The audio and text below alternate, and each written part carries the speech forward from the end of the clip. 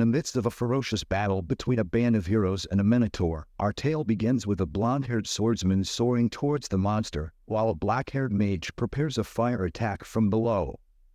The two strikes land at the same time, terrifying the beast into roaring in wrath, but it fails to slay our heroes. The beast appears to be far more enraged than before. It immediately targets the swordsman, who just manages to avoid its huge axe blows. Just as the Minotaur lowers itself into a defensive position and prepares to charge, it looks like it's planning to charge straight into the third member of the group, a young white-haired sorcerer who has been watching the fight from a distance this whole time. The mage turns and warns him to dodge, but the boy, named Kyle, smiles in response as a chill breeze begins to blow around him. There's no way she was telling him of all people to dodge, especially knowing what he's capable of. An ice shard forms in his hand and grows into a long lance that he throws straight at the Minotaur, stabbing it through the chest. The monster shatters in defeat, and in a second, the fight is over. That was almost too simple. His two companions rush to him in concern after the Minotaur falls. He thinks they're worried for no reason. After all, they already know just how skilled he is. There's no need to stress when Kyle can easily care for himself. He asks them if they still don't trust his skills, and the two freeze in response. It wasn't like that, obviously, but they were just concerned for their master. Kyle smiles at his two companions as they look away in embarrassment. But then his eyes dart to the ground once he remembers just how far he has come. It's hard to believe that this is how he is now, especially considering that the Kyle Saltarian of a few months ago was nowhere near this competent. He was once a spoiled brat facing an imminent death and spending his last days laying in bed as a weak child. Just 3 months ago, in the annex of the Saltarian Marquis, the building's maids gathered to listen to the complaints of one of their own who was charged with taking care of Lord Kyle. She can't take it anymore since there is not a single day that passes by quietly without the brat getting angry and yelling. Today, yelling wasn't even the end of it. The spoiled kid threw things around and even managed to hit her with something, causing the spot to swell. She didn't want to go into his room anymore. But what can they do since they're the ones in charge of bringing his meals and medicine? It may be fruitless since he never eats the food that they bring, but it's their job, and there's nothing they can do about it. One of the maids wonders if the reason for his attitude is because he is the child of a mistress. That comment was a step too far. No matter how much they dislike him, he's still a child, and even the other maids don't like hearing that about him. They warn her to watch her mouth, while the other maid fights for someone else to take care of Kyle. It seems like no one wants to do it since everyone hates attending to him. That is until one of the younger maids volunteers to take his food and medicine to the troublemaker. Her name is Ursiel, and the other maids look at her as if she just grew a second head. She takes the tray with his stuff on it and heads to his room while the other maids watch on. Is it going to be okay for her to go there like this? This is the first time the younger girl has ever volunteered for anything. Hopefully the young master won't hit her as soon as he sees her. Well, there's no turning back for her now, especially as she stands in front of his tall door. A bead of sweat runs down her cheek as she steps through the two massive doors that close off his room. She calls out to him as she steps into the room with his food. But there's no response. Inside, the lump on his bed breathes silently and doesn't answer the young maid's calls. With no sound to signal that anyone is awake, she lets herself into the room and walks through the mess of broken cups, torn books, and damaged furniture to place his food on his bedside counter. Now that she's in his room, she finally sees a mop of white hair peeking out from underneath the covers. He's been sleeping this entire time in this room filled with chaos.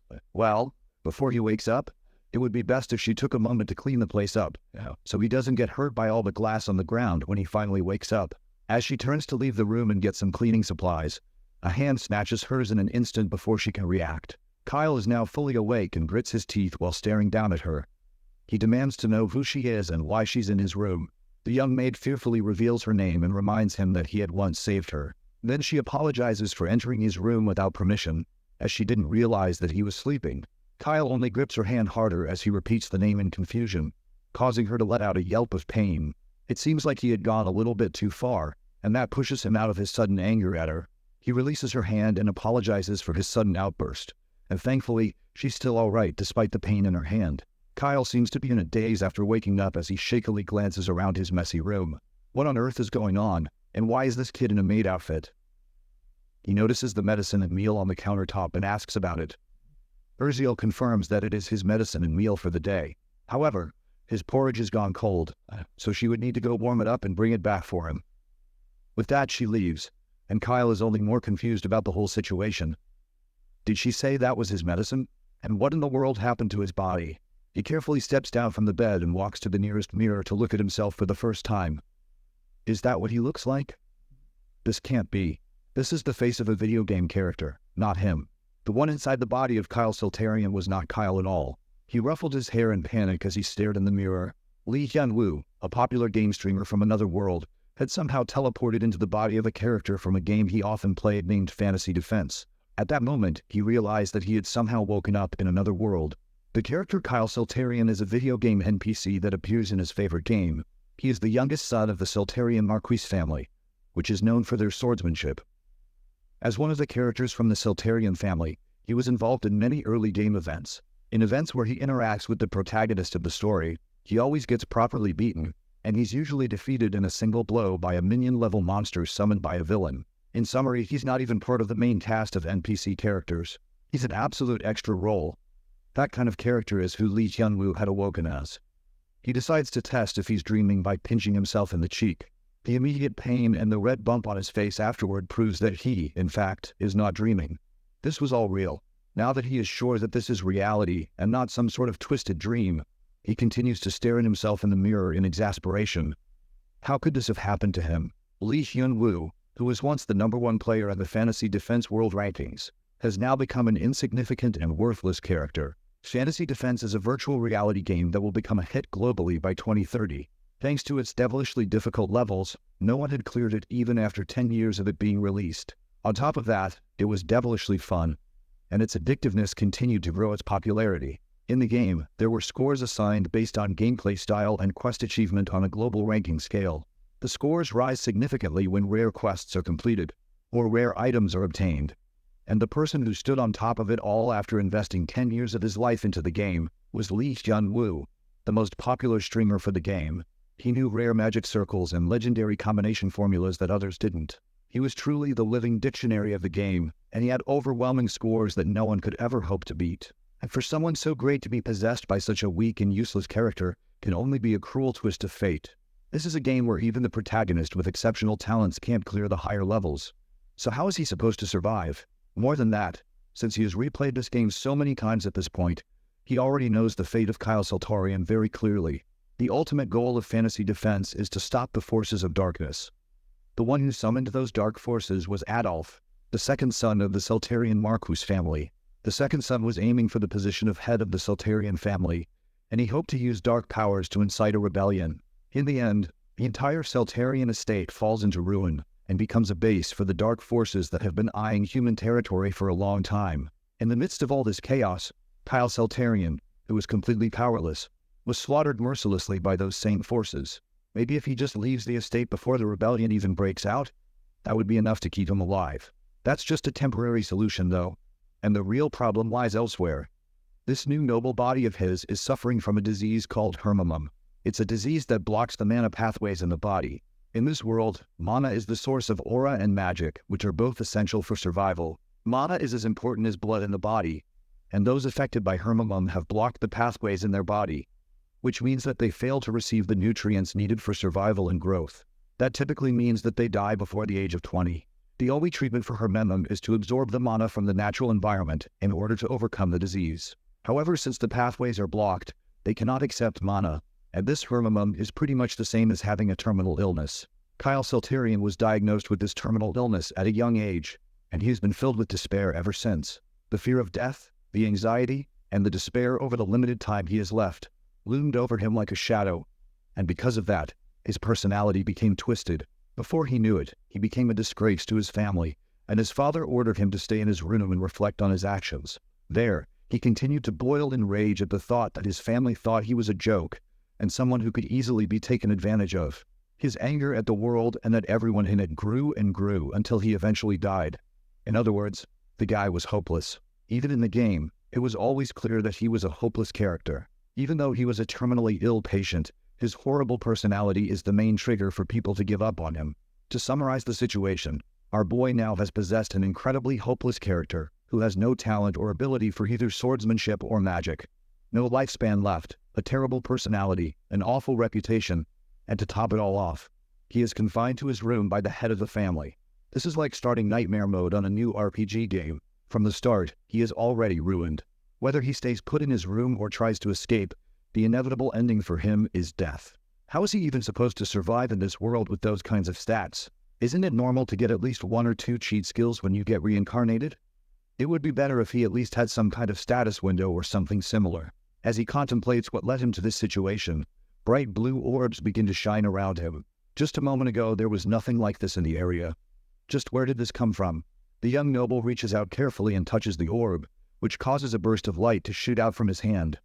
Once it clears, a status window with a few key messages appears in front of him. He had awakened, and because of that, he will now receive 2 new talents, which include access to a status window and the mind's eye ability, which will be activated automatically from now on.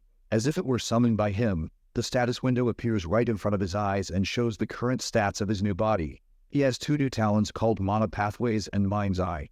What could Mana Pathways be, though? Well, for starters, Mind's Eye allows you to see the detailed specs of people and equipment around you. Mana Pathways, however, is a completely new talent that he had never heard of before. Judging from the name, it seems to be related to magic in some way. But magic talents are supposed to be under the Mana Companion talent. Even though he has never seen this talent before, his gamer intuition tells him that this talent is somehow superior to Mana Companion, and it might even be a top-tier talent.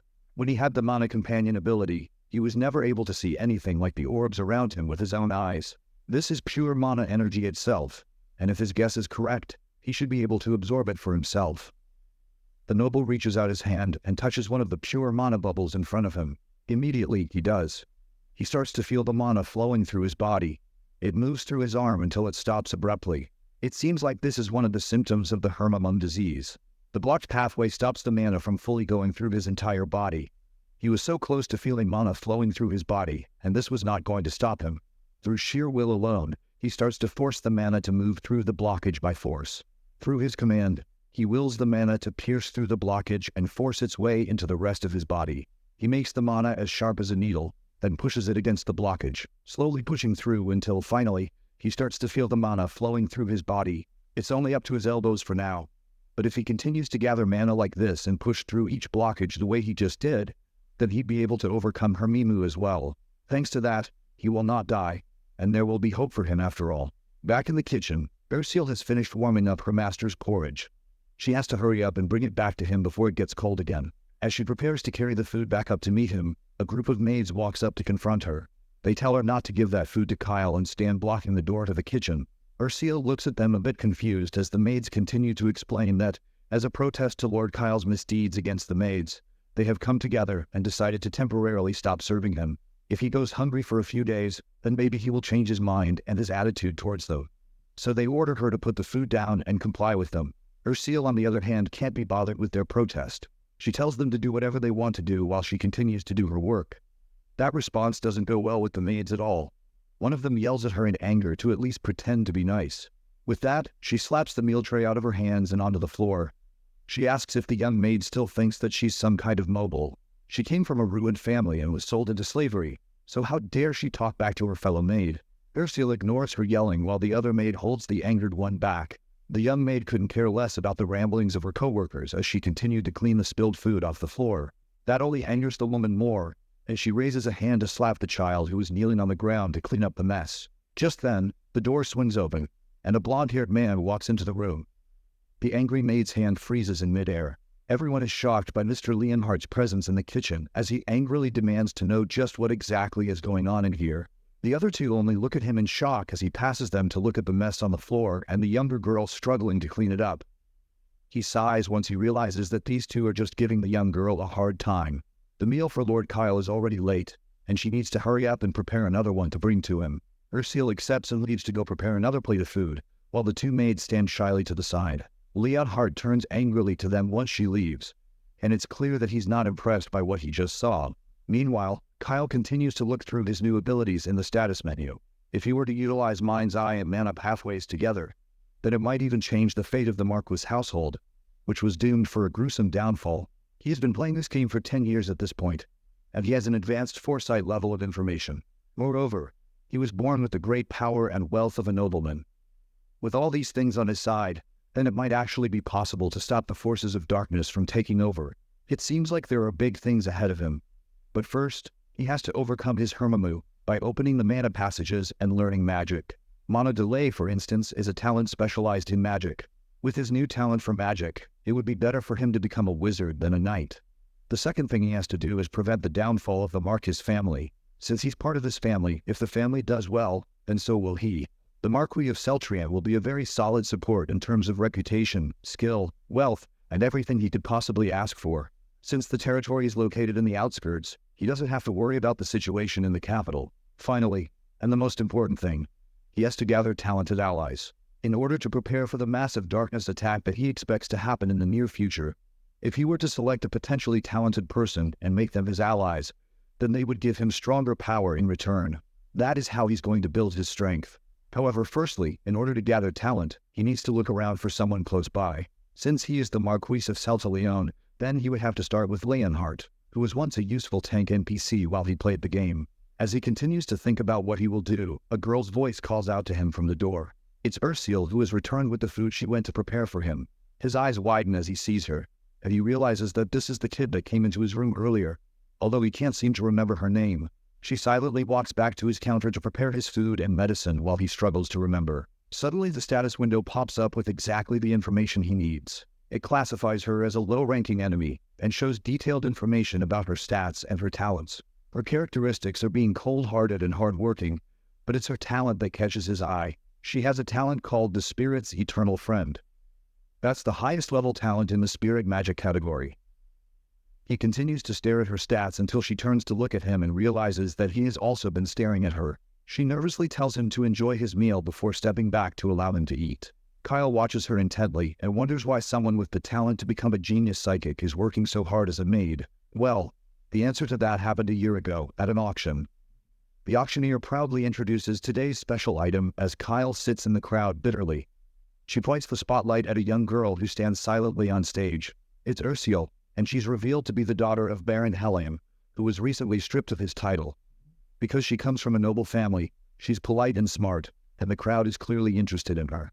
Thanks to that, as soon as the bids start, people begin to yell out their prices for the young girl. Sir Leonhardt, who is seated beside Kyle, suggests that they leave the auction since they should not stand for things like slave trading. Kyle, however, instead stands up and places a high bid of 300 gold.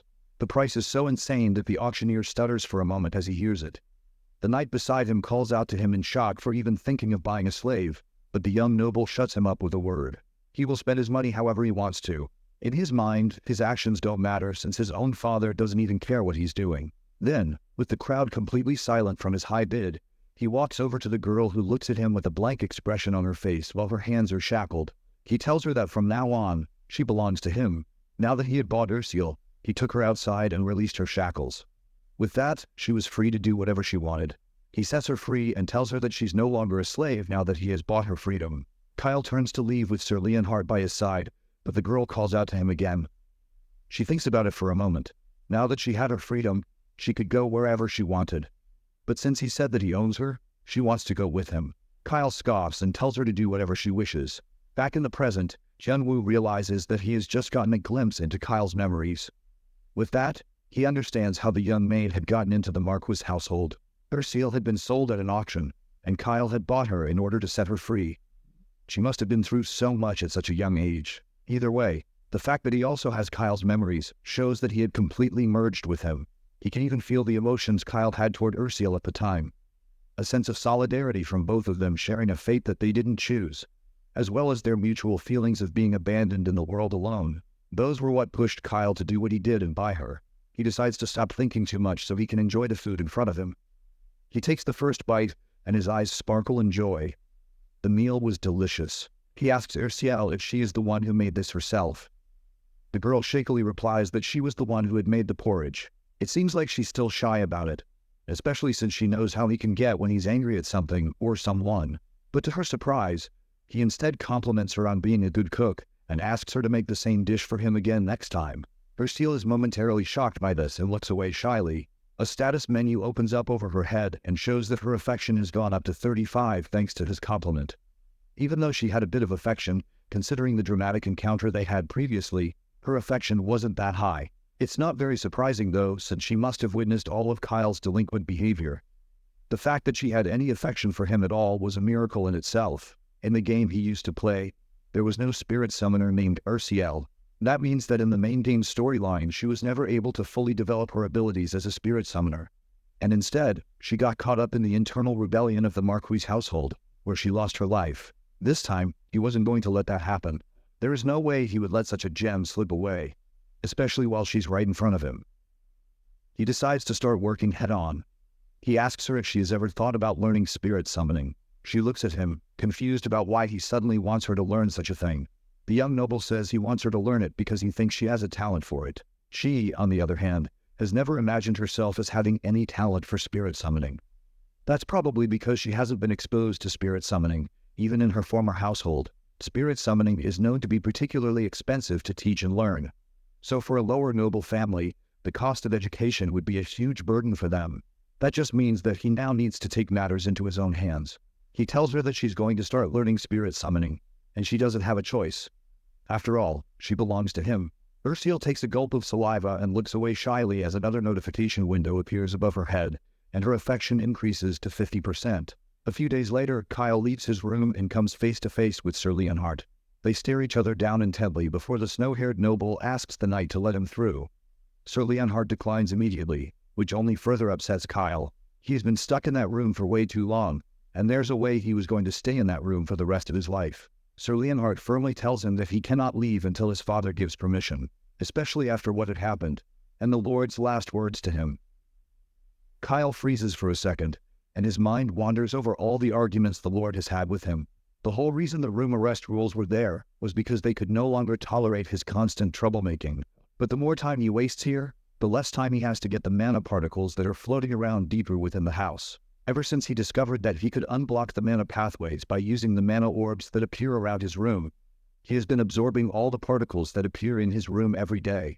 Although it wasn't enough to unblock the pathways instantly, mana has been accumulating in his body like experience points in a game, and his body gradually improved over time, but it is nowhere near enough to cure the Hermamu disease.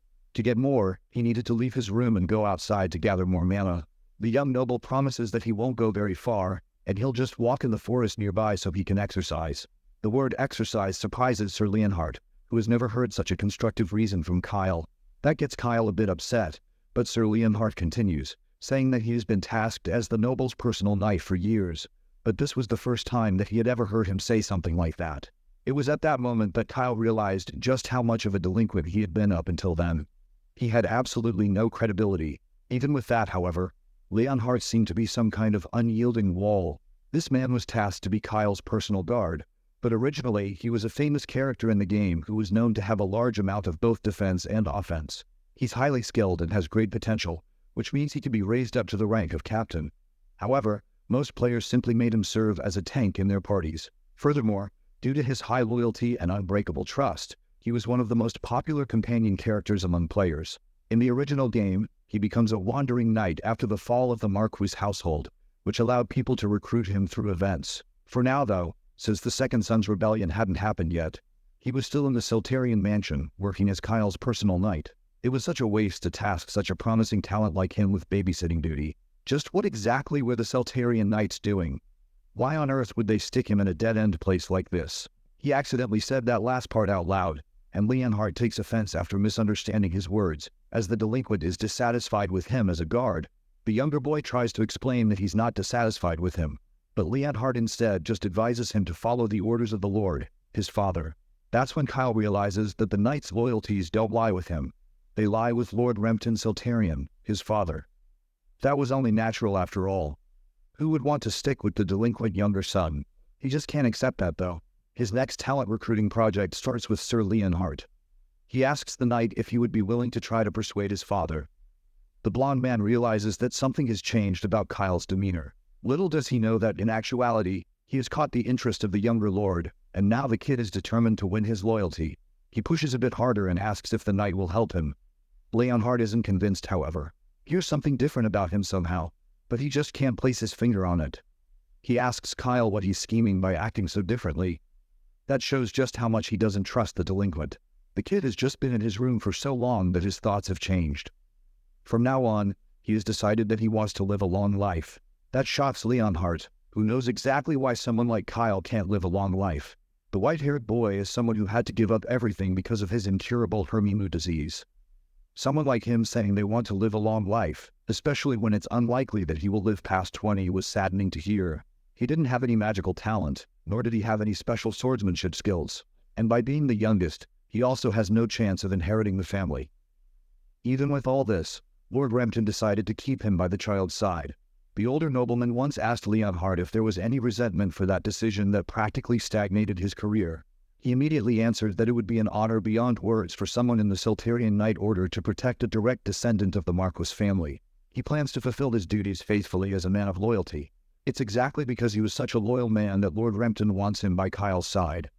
In the Marquis household, there is no one else that can be trusted to protect him. No one except the trustworthy and loyal Leonhard. With that, the elder lord entrusts him to take care of the son of the house. The knight plans to obey that order till death, even as the child now pesters him for a chance to go outside and exercise. He continues to ask if he can go out and even suggests that the blonde knight tell the lord that he just wants to exercise. Leonhard puts down a firm hand to stop him from moving anymore. He doesn't need to go outside to exercise, especially since he can exercise indoors as well.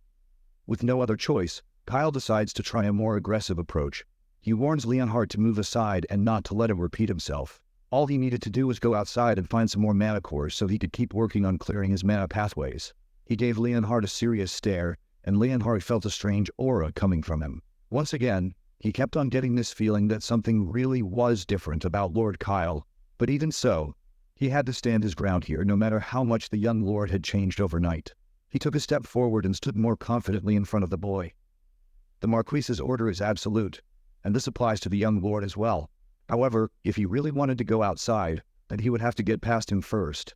All of a sudden, Kyle felt a heavy killing intent flowing from the knight. It wasn't fair for Leonhard to use killing intent on a child over just a request to step outside.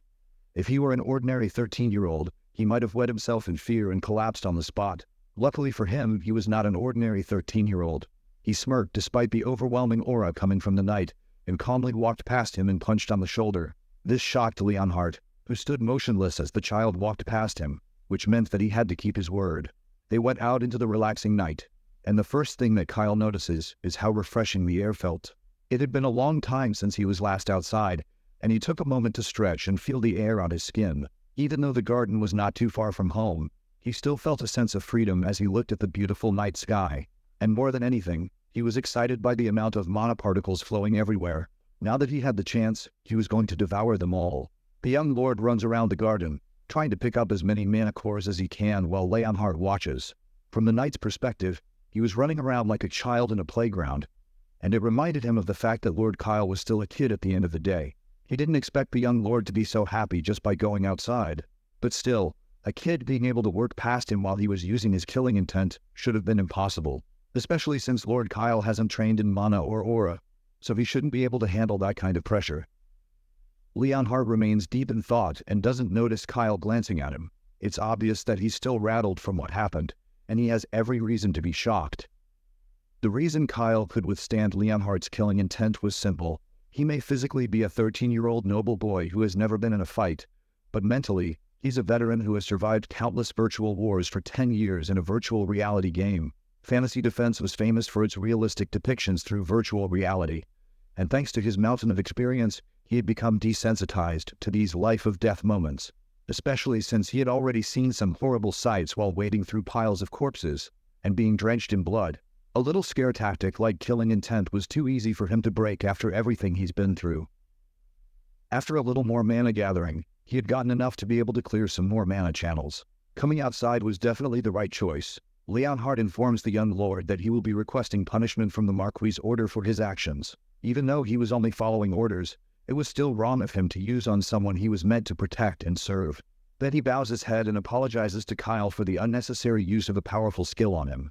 Kyle glanced at Leonhard, then told him to pass his words along to his father that Kyle does not wish for Leonhard to be punished. The older lord is shocked when he hears that his son Kyle actually said that he didn't want his subordinate to be punished. He asks once again to make sure that Kyle was the one that passed this message to him. Kyle just didn't seem like the type of person to do something like that for anyone. He also mentioned that Kyle managed to face his killing intent skill, which no normal 13-year-old should be able to do. In fact, Leonhard doubted what he was seeing as well. For Kyle to have resisted the killing intent of an expert knight like him, he must have gained great skill out of nowhere. The older lord then asks what Kyle later did while in the garden, After running around the garden for a while, he relaxed and meditated. Leonhardt watched him in surprise while he meditated in the garden. He asked the younger lord when he learned how to meditate. When Kyle was younger, he briefly learned swordsmanship from his father. At the time, he also learned how to meditate, but he didn't have the talent for it, so he gave up quickly. So he wanted to try his hand at it again. And to do that, he asked Leonhardt to keep everyone away from the area so he doesn't get distracted. After that, he meditated at that spot for a whole 6 hours. The older lord stopped the story in surprise at the thought that Kyle could even meditate for that long. He meditated for a whole 6 hours, not 6 seconds. That kid might have changed after all. The Duke had once tried to teach Kyle the basics of swordsmanship when he was young. He was a descendant of the Sultarian family after all, so he should at least be able to walk the path of swordsmanship. He also hoped that the white-haired child would inherit the skills of the family's sacred techniques. However, that kid couldn't do anything. He kneeled after just a little bit of training and complained that his legs felt like they were going to cramp up. That made the Duke angry at the fact that such a weak person could be part of his family. There has never been a weaker descendant in his family. Kyle had no talent for swordsmanship at all. On top of that, he lacked tenacity and patience, and he couldn't even endure simple training. So to hear that someone like that actually meditated for 6 hours is unbelievable. Could it be that something had hit his head and changed his personality? Leonhardt already thought of that, and he checked to see if there was anything wrong with his food. Fortunately, there was nothing unusual, and Kyle's sudden change was entirely on his own. His personality had completely changed recently, and it's not just his attitude towards hard work that had changed. Even the way he looked at Leonhardt had clearly changed as well. It seems like he has finally started to mature a bit, and that is something that interests the Duke. He decides to let it go without more discussion and tasks Leonhardt to continue taking care of Kyle. Back in his room, Kyle continues to channel his mana until his spiritual vision is enhanced and his mana starts overflowing. Thanks to that, his eyes can now accurately access the state of his own body. With that, he should be able to clear the mana pathways all the way to his heart in one go. He starts in his arm, then he pulls the mana into his shoulder, down to his spine, and then finally, all the way to his heart. He endures the pain as his heart frees up. But after a moment, he opened up his mana pathways and freed up a path to his heart. Now that he has done that, he should be able to use magic, and he's excited to start learning magic in earnest. In this world, to use magic, a mage has to form a circle near their heart. To master higher-level magic, then they must increase the number of circles they have, and the more circles they hope to create, the longer it will take. So if a person hoped to become a mage, they would have to start training between the ages of 5 and 8. Then, by the age of 12, they should be able to form at least one circle to be seen as a person with the potential to become a mage. Since Kyle is already 13 years old, it's a bit late for him to start learning magic. Luckily for him, he wasn't a normal NPC who had to follow the simple rules of their world. Since he has the mana adaptation talent, then his case is different from normal. All he needs to do is form a circle, and he should be able to start learning magic. But first, he had to learn how to form a circle in the first place. Maybe he could build it the way he learned from the game. As he pondered on how he would do things, a knock came from his door. It's Leonhardt, and he came to pass on the news that the Duke has lifted the restrictions on Kyle's movement. Now, he's allowed to leave his room and take a walk in the garden under the condition that Leonhardt accompany him at all times. He still can't leave the estate, but being allowed to walk in the garden is already a blessing for someone who spends every day and night trapped in his room. It seems that Leonhardt really did a good job convincing his father, but it also seems like his favorability had increased as well. It had increased by 30 points out of nowhere. Back when he repelled the killing intent, his favorability was at -50. Maybe he was moved by his meditation in the garden, especially since he meditated all through the night and collapsed in the morning. Leonhardt seems like the kind of person who's impressed by sweat and perseverance. Either way, now that his restrictions have been taken off, there's a place he has been wanting to go. The estate's library is a place filled with all the knowledge he would need to form his first magic circle. But the librarian doesn't look happy to see him. In fact, she looks terrified. She rushes over to Leonhardt in a desperate attempt to find out what's going on. Kyle was banned from entering the library a long time ago after he had spent an entire day tearing some genuine, rare books that would cost a fortune to replace. He used to joke that they were just pieces of paper that were useless after you die, even though she struggled to get them after traveling across the empire. After his outbursts in the library, he was banned from ever stepping foot in there, but it seems like his restrictions had been lifted. Kyle himself is embarrassed that he used to do such foolish things, but now he only came to the library to read, not to cause trouble. He specifically wants books related to magic. That confuses the librarian since the Duke's family always emphasized swordsmanship, so there weren't many books on magic. For now, all he wants is a book that teaches how to form magic circles. She brings him an introductory book that seems way too complicated for his liking.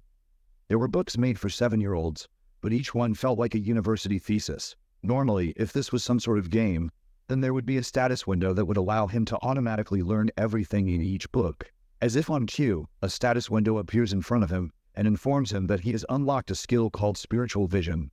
It allows him to translate the low-level book that he was struggling to read and then turn it into simpler copies that he can read quickly. On top of the translation feature, he can also use his sharp perception skill to decode books easily and quickly. He asks Alice, the librarian, for more beginner books, and he's excited to gain as much knowledge as he can. Leonhardt wonders if it is really okay to have these many books borrowed out at once. The librarian was really worried that he would damage some because of the sheer number that he borrowed. Even selling her house wouldn't be enough to replace them if they were lost or damaged. She didn't need to worry so much about it, though, since he planned to finish them quickly. Or at least he would lose interest in them halfway. Normally, Kyle hated books, but now he's eagerly reading as many as he can, all at once. Leonhardt notices that the books he picked out were mainly books on mana management and magic circle formation. He quickly figured out that this must be related to his disease. He tries to give a little bit of advice to the young noble about how learning magic will be difficult since Hermimum blocks the mana and aura flow of his body, but Kyle already knows what he's trying to say before he even starts talking. Leonhardt offers to back away if his advice is unwelcome, but that's the opposite of what Kyle is thinking. It's a valid point after all, so there's no need to get upset about it. Everyone in the house would probably say the same thing and see what he's doing as a waste of time, but he's the black sheep of the family after all, and he already has a reputation as the reckless youngest son. A little bit of weirdness from him wouldn't surprise anyone. Besides, it's not like reading books harms anyone. At the end of the day, he's sure Leonhardt is just worried that he will fail at learning magic and then fall into a deep despair. But that's quite the opposite. Kyle has no intention of dying young. He stands up and walks towards the older man, then places a closed fist on his chest to reassure him. He's planning to do everything he can to make sure that he survives longer than anyone thinks he can. With that, he leaves to find a more comfortable place to lie down and finish his book. Leonhardt is left stunned at Kyle's sudden personality change. The Kyle Seltarian he remembered wasn't this strong-willed in the slightest. One of his earliest memories with the kid was a day in the training field where he kneeled down on the ground, crying for his father. When Leonhardt came to ask what was wrong, he told him that the older lord had said that there was no need for a kid like him. He used to be such a crybaby once, and now it looked like he was growing into someone admirable. The blonde knight picks up a book and heads towards the kid, and that's when Kyle notices that his affection score has gone from -30 back up to 0. He has no idea why that happened so suddenly. There was nothing special that he did that should make it jump up so suddenly. He's almost scared as the older man approaches him, but all he does is place a book on the table before leaving and offers to wait outside his room. Before the older man left, there was the faintest sign of a smile on his face. Kyle wonders if maybe he just liked seeing the younger boy read. But if that's the case, then why didn't his affection level change while they were in the library? Well, he usually likes seeing persistence, so maybe reading multiple books in one go counts as persistence? Regardless of the reason, Kyle simply chalked it up to him being a strange guy. All the while, Leonhardt stood outside his room with a wishful smile on his face. Now that the older knight is gone and he's all alone, it's time for him to start reading. He activates his sharp perception skill again and starts decoding all the books he had borrowed from the library at once. As he expected of the skill, the decoding speed is dozens of times faster than his regular reading speed. Not just that, but he can also decode multiple books at once, so it was like he was reading all of them at the same time. On top of that, any difficult parts of the decoded content were broken down into simpler data. The knowledge from the book also gets stored in his brain as data. The more books he reads, the more knowledge he gains, which then speeds up the decoding process even more, which increases his comprehension. That then speeds up the decoding process even more. Within a matter of minutes, all the books in the area had been decoded. With that done, it's time to put his magic to the test. The first thing he wants to try is forming a circle using the decoded data. Thanks to the decoded knowledge, he already understands the basic principles of circle formation and the minimum conditions to form a first circle. First, he has to guide the mana along a golden trajectory so he will be able to form a circle. He sits down and prepares to start forming the circle, and with a little bit of concentration, the mana begins to move along the trajectory. Immediately, it starts to feel like his chest is burning near his heart, but he has to endure. Otherwise, the mana will flow backward and damage his organs. He struggles with it, and after a long, agonizing process, he manages to form the first circle. Thanks to this, his blocked pathway trait has been weakened. This means that his mana has become more active, and he was one step closer to beating his terminal disease. He can now collect refined mana within the circle, and with that, he should be able to use magic properly. However, he had spent the entire night reading and trying to form that circle, so as soon as he stood up in celebration, he collapsed in exhaustion. His last thoughts as he started to drift off to sleep were if Leonhard and Ursiel were going to nag at him for sleeping on the floor. Later in the morning, Ursiel comes into his room to bring him breakfast, and sees him passed out on the floor. She rushes to his side to try and wake him up. She was confused about why he was out cold and what all these books were doing in his room, despite the huge toll that the process was taking on his body. It's impressive that he had managed to successfully form the first circle in just a single night. From now on, a new life as the mage Kyle Siltarian was beginning. Meanwhile, Leonhard returned the books to the librarian, who looked like she was on the verge of exploding from stress. A delicious-looking tray of food sits in the kitchen while Ursiel puts the finishing touches on the last piece. After lots of hard work, her meal is finally done. She blushes while remembering the compliments Lord Kyle gives her whenever she cooks well for him. The thought of getting more compliments from him makes her smile as she grabs the plate to go deliver it to him. On her way out of the kitchen, the maids that once harassed her come over to block the exit to the kitchen. They notice the food on the tray and know that it's supposed to be for the younger lord. They stare down at her condescendingly and tell her that she should go and rest instead of delivering the food. This time, they want to deliver the food to him personally since they've noticed that his personality has been a lot better recently. Besides, serving Lord Kyle wasn't her responsibility once before, so she can return her position to its rightful owner now and return to their original arrangement. Ursiel declines their proposal. If they have any complaints about her work, or they want to change it, then they can just talk to Lord Kyle themselves. With that, she walks past them while they call out for her to stop, but she ignores their calls and bumps into a blue-haired maid at the door. This one only looks at her with a confused expression, while the other maid continues to yell at her. They exchange a look for a moment before she walks out of the kitchen to serve Lord Kyle. As she leaves, the blonde-haired maid sends a nasty look in her direction, but doesn't say a word. She delivers the breakfast to Kyle, who digs into it enthusiastically while she watches over him with a smile. She tried adapting the recipe to fit what he had taught her, and it seems like it suits his taste. Her cooking just gets better and better with each passing day. Because of him, she's been practicing hard every day, and she even learned some new recipes from the head chef. She really was diligent and hardworking, and he admired her for that. But his thoughts on her were elsewhere. He asks her how she's progressing with her spirit magic. She freezes as he mentions it and doesn't immediately respond, so he asks her to bring her introduction to the spirit magic book that he had given her once before. She has read about halfway through the book so far, and judging by the worn pages, she has also been studying it diligently. Since she's from a noble family, that also means that she has basic education, and her learning speed isn't slow. However, he's not satisfied with her current pace. They don't have the time to take it slow. He needs her to learn more and become stronger.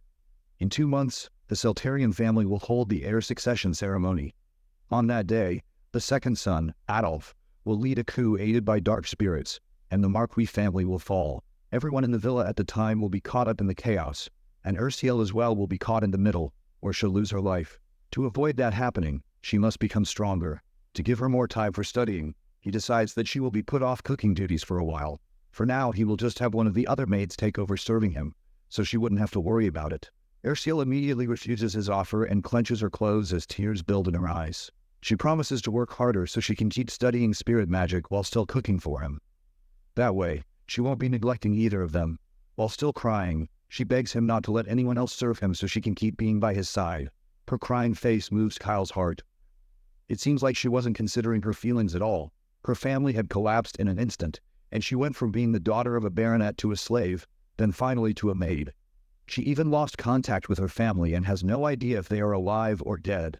Because of that, it makes sense that she would be heavily insecure about her life as a maid, especially since she is only just adjusting.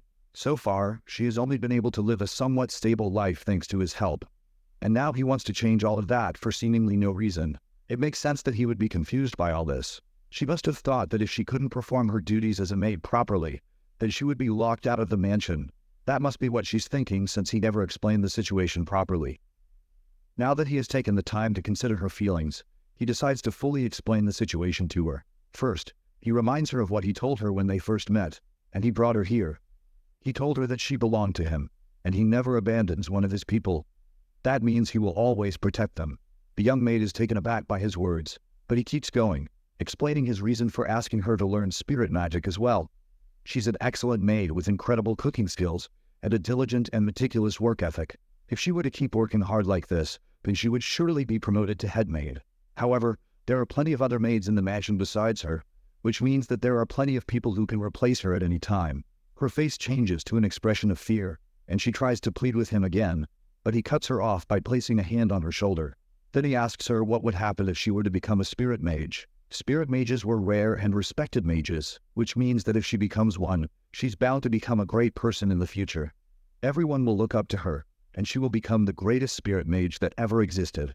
Her mind begins to daydream about adventures they could have with her as a spirit mage, and Lord Kyle by her side. By then, there would be no one in the world who could replace her, and she would be with him for as long as possible. She still seems insecure about whether she can pull it off at all, but Kyle assures her that she can easily become the greatest spirit mage. With his confidence as her drive, she takes the book from his hand and agrees to become a spirit mage just as he wants. At the same time, her affection for him goes up by 10 points, and she pledges to trust his judgment on her. After that, he officially appointed Urciel as his personal maid, which gave her a fancy bow. From there, she began to handle his personal affairs, and he also moved her out of the shared maid quarters into her own private room. That way, she'll be able to study, and she won't have to worry about clashing with the other maids. She seems more excited by the fact that this room is close to his room than for the added security, though. He hopes that with this, they will be able to work together and grow strong together. After a while, she settles into her new room filled with books for her to read. While looking through her vast bookcase one day, she notices Kyle and Leonhardt walking through the courtyard. Kyle notices her looking at him through the window and sends her a wave and a smile. She giggles and leans against the window while watching him pass by, while her affection increases to 65. Meanwhile, reports of Kyle's change in behavior reach an unexpected individual. It seems that news of Kyle's change has reached a lot of people. Recently, they've noticed that he has been exercising a lot more often and building his strength. On top of that, he doesn't snap at people as often, and he has recently been dedicating a lot of his time to studying magic. It seems like somehow his personality has increased greatly, and he has finally grown up somehow. It seems like it was finally time for Adolf Seltarian to pay a visit to his once foolish younger brother. Urciel waves back at Kyle as he passes by. He turns to Leonhardt and asks him to prepare a wide open space that's far away from the sight of other people.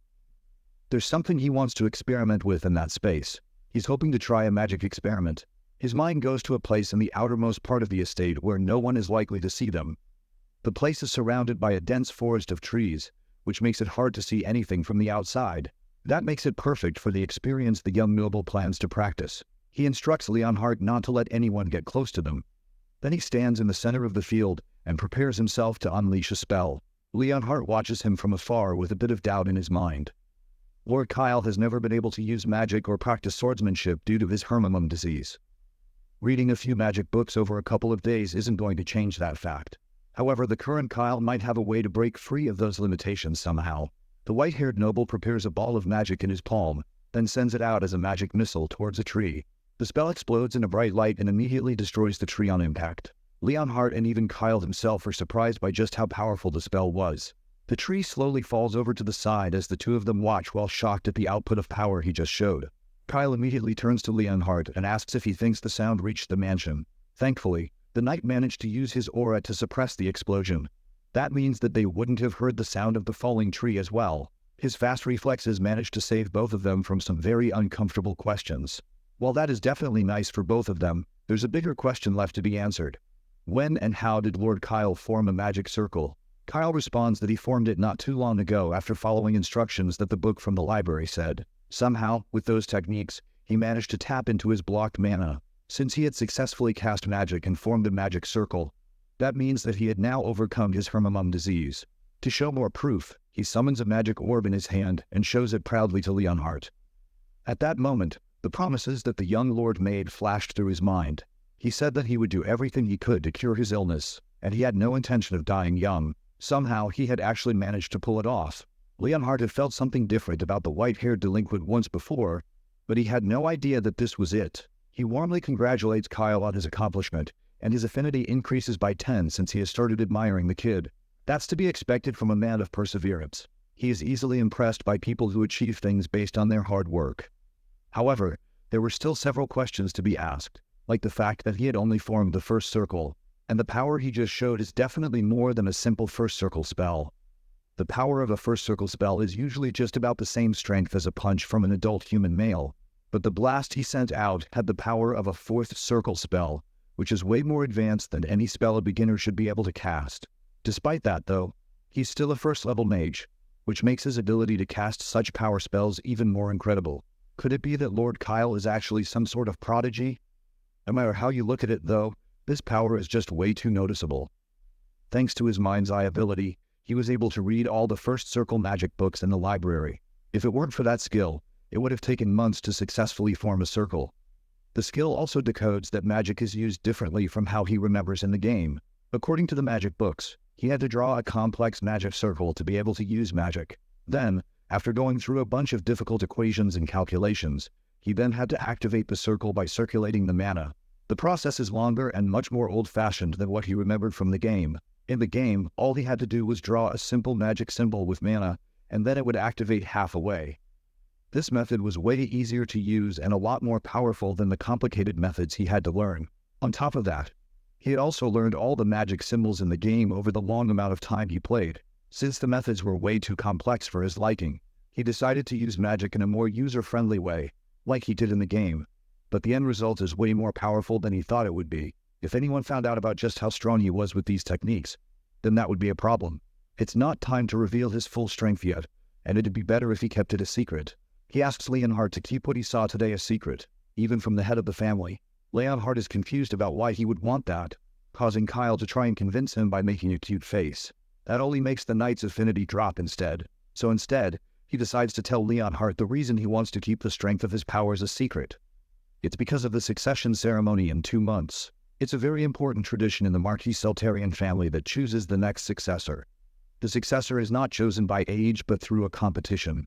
All their traits are judged at once, including their personality, wisdom, public support, and other factors. All these things are used to determine who was the most promising heir to lead the family to greater prosperity. Because of his promising personality, his primary supporters were the family's long-serving retainers. Right now, there are 2 main people fighting for this position: the eldest son, Abel Seltarian, and the second son, Adolf Eltarian. These 2 characters were incredibly important to the story. Abel Seltarian is the son of the legitimate wife of the Marquis of Seltarian, and he was also the most likely candidate for heir. He has a gentle nature and excellent swordsmanship skills, and on top of that, he's been groomed as the heir since childhood, and he grew up with high expectations as a model elite. Then there's the second son, Adolf Seltarian, who was also born from a legitimate wife. He was overshadowed by his elder brother Abel, and that meant he was overlooked for many years. However, at some point, during his growth, Adolf's personality became more composed, and his swordsmanship skills improved rapidly, which caused him to stand out among the crowd. That meant that Adolf's supporters were young and passionate knights. He almost had the vibe of a gang leader, and these 2 overwhelming personalities clashed in a hallway back at the mansion. As soon as they met each other, Adolf sent a deadly glare in his older brother's direction. Abel, on the other hand, doesn't seem like he's bothered at all. He greets his younger brother politely, especially since it's been a long time since they've seen each other. In fact, he was so lost in thought that he didn't even notice the younger man approaching. At least, that's what he says. But for someone who manifested his aura at just 5 years old, it was impossible to believe that he wouldn't be able to sense someone's presence. That was just a story from ages ago, and even if Abel calls it a fluke that isn't worth bragging about, it's still so much better than his brother, who couldn't manifest his aura until he was 15 years old. The older men accompanying Abel joked that the younger brother might just be slow and lacking talent. And of course, some people just tend to start off slow after all. The casual insults are enough to cause Adolf's subordinates to confront the older men in anger, but he orders them to stop. They were in the main house right now, and acting recklessly could negatively affect him. It seems like he trained his followers well, and Abel condescendingly suggests that he might truly be worthy of being a candidate and the heir of the household. Adolf only scoffs at the snobbish attitude of his older brother. As far as he's concerned, Abel won't have any reason to laugh much longer. With that, he orders his subordinates to continue down the hallway, and they walk off while Abel watches them leave with a suspicious glare. Later on, Kyle calls a meeting with Leonhardt and Ursula in his bedroom. It's about the succession ceremony, which is set to be held in 2 months. The ceremony doesn't care about those born by legitimate or illegitimate means. All they are about is their strength, and that means that any direct descendant of the lord of the household is eligible to compete for the position of heir. Well, at least on paper. In reality, there were exceptions to the rule, and the youngest son just happened to be one of them. Due to Kyle's illness, he was excluded from his competitions by default. The third son, Duke, was also not involved in the competition, not just because he is too young, but also because, in terms of his skills in sword fighting and magic, there is no comparison between him and the rest of their brothers. Therefore, the most likely candidates for the position were his two oldest brothers. Neither of them would like any random surprises appearing at this stage of the game, especially since they were so close to the succession ceremony. So imagine what would happen if it became known that Kyle has suddenly developed a strong power at a time like this. He was once seen as a fool who wasn't even worthy of being in their sights. Now he suddenly looks like he's about to rise as a dark horse. There were only two possible reactions to this news. They would either try to convince him to ally with them, or they would go after his head. It seems like a drastic train of thought at first, but history has always been full of bloodshed for the position of heir, so it's not the craziest thought.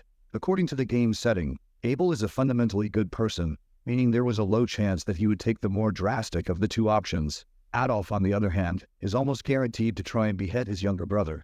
That guy is already set on killing his whole family from the beginning, so there's no way the older brother won't try to attack him if he ever finds out that he has learned powerful magic. Because of that, the only option he has is to overcome his hermimum and become stronger. He may have a promising future, but as the youngest first circle mage, it was fine to either bring him in as an ally, or to suffer no major even if they didn't. Now that he has a more detailed understanding of the situation, he decides to trust Kyle's judgment and keep his powers a secret for now. But as soon as the succession ceremony is over, he will report this matter to the head of the family. Kyle's secrecy seems to be reducing his affinity with the knight, but there's nothing else he can do in this situation. Right now, Leonhardt is loyal to his father, so he can't expect the knight to suddenly side with him. It's not impossible though, and this is already a better scenario than before. Even so, he's already sure that he can make the older man follow him, one way or the other. His unchecked desire is so strong that Leonhardt can feel it. The knight turns back to face Kyle and asks if he is really serious about becoming a mage. The Marquisate of Keltarian is known for their swordsmanship, but it would also be beneficial if he became a helpful mage. The thought of the fact that Kyle will soon make positive contributions to the family makes Leonhardt smile, and his affinity grows by a large amount. Kyle is shocked that it grew out of nowhere, and he has no idea how that even happened. Could it be because they all ate together in his room? That's why the knight was complimenting Ursula on her cooking right after they had their talk. So, in hopes of continuing to increase their affinity, Kyle suggests that they eat together in his room from now on. Leonhardt isn't as thrilled with the idea and suggests that they just eat at the knight's quarters instead. But Ursula is secretly happy about the sudden request. Later on, in the night, Kyle sits on the ground in his room, studying the magic symbols he knew from the game before. These symbols allowed him to activate his magic as fast as possible with a huge amount of power as well. But in this world, he's not able to control how powerful his spells are. It's already difficult to handle as it is, but now he'll have to figure out how to handle it before he can use his magic in public. For now though, he decides to ignore all that and just try to seal the symbols up for now. There will be a chance to show off his magic eventually, but to avoid drawing attention, he will have to use basic magic for now. The magic activation in this world is slow and difficult to learn, but it allows more precise control. Then he gets an idea. Since the magic activation method allowed him to control his magic output, and the symbol activation method allowed him to cast more powerful spells in a shorter time, then he should be able to combine the two and get the advantages of both. He tries to combine them, and the system immediately gives him a warning of a high risk of magical explosion from what he's about to do. The notification window suddenly appearing scared him enough that he jumps back in shock, but it seems like the combination is actually possible. The system asks him if he's sure that he wants to go through with it despite the risks. However, high risks usually mean that he'll get high rewards from it, and he's not going to get anywhere without taking any risks. With that in mind, he starts the process of mixing the two activation methods, while the status window continues to warn him of a danger of magical explosion. Then it asks him one more time if he wants to go through with it, and he agrees to it excitedly. Then, the system starts analyzing his body and his experiences to see if he has the ability to combine the two activation methods. Once the analysis is done, the two spells combine, and he's able to create a new form of magic by combining both his spellcasting techniques into one. With that done, he tries to continue playing around with the spell to see how efficient he can make the spell, until his room starts to crackle with electricity and he realizes a little too late that something is wrong. Ursula walks outside with a pile of towels in her hands.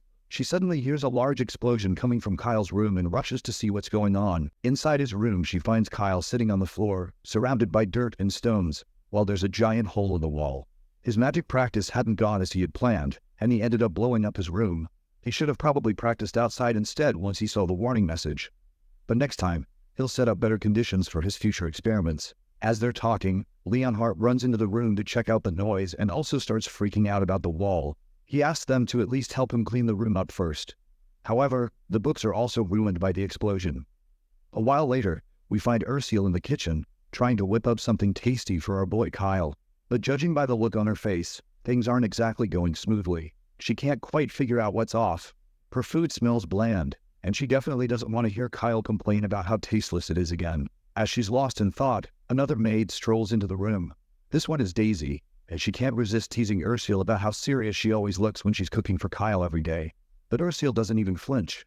She just keeps her head down and says it's her job, so of course she wants to do it with the utmost care. Daisy is a little surprised by how focused Ursula is, and decides to lend a hand. She suggests adding a pinch of nutmeg to the stew, and says it'll boost the flavor and make it much richer.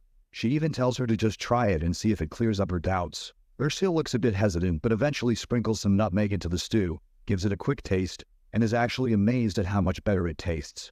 With a look of cute curiosity, she asks her senior if she's so good at cooking, why not teach her? Daisy smiles, though it's a bit sinister looking, and agrees right away. She says she'd be happy to help if she can, but first things first. Daisy suggests they take the food to Kyle. After loading up the trolley, they wheel it to his room. As they walk, Daisy asks how Lord Kyle has been lately, mentioning she's heard he's become much more composed. She admits she was really worried when Ursula became his personal maid, fearing he might trouble or mistreat her. Ursula reassures her that Lord Kyle actually treats her very well. She mentions that she's heard he's become quite responsible lately, waking up early for exercise and studying a lot. Ursula is intrigued by how she is asking so many questions, but she eventually confirms that Kyle really does work hard at his studies.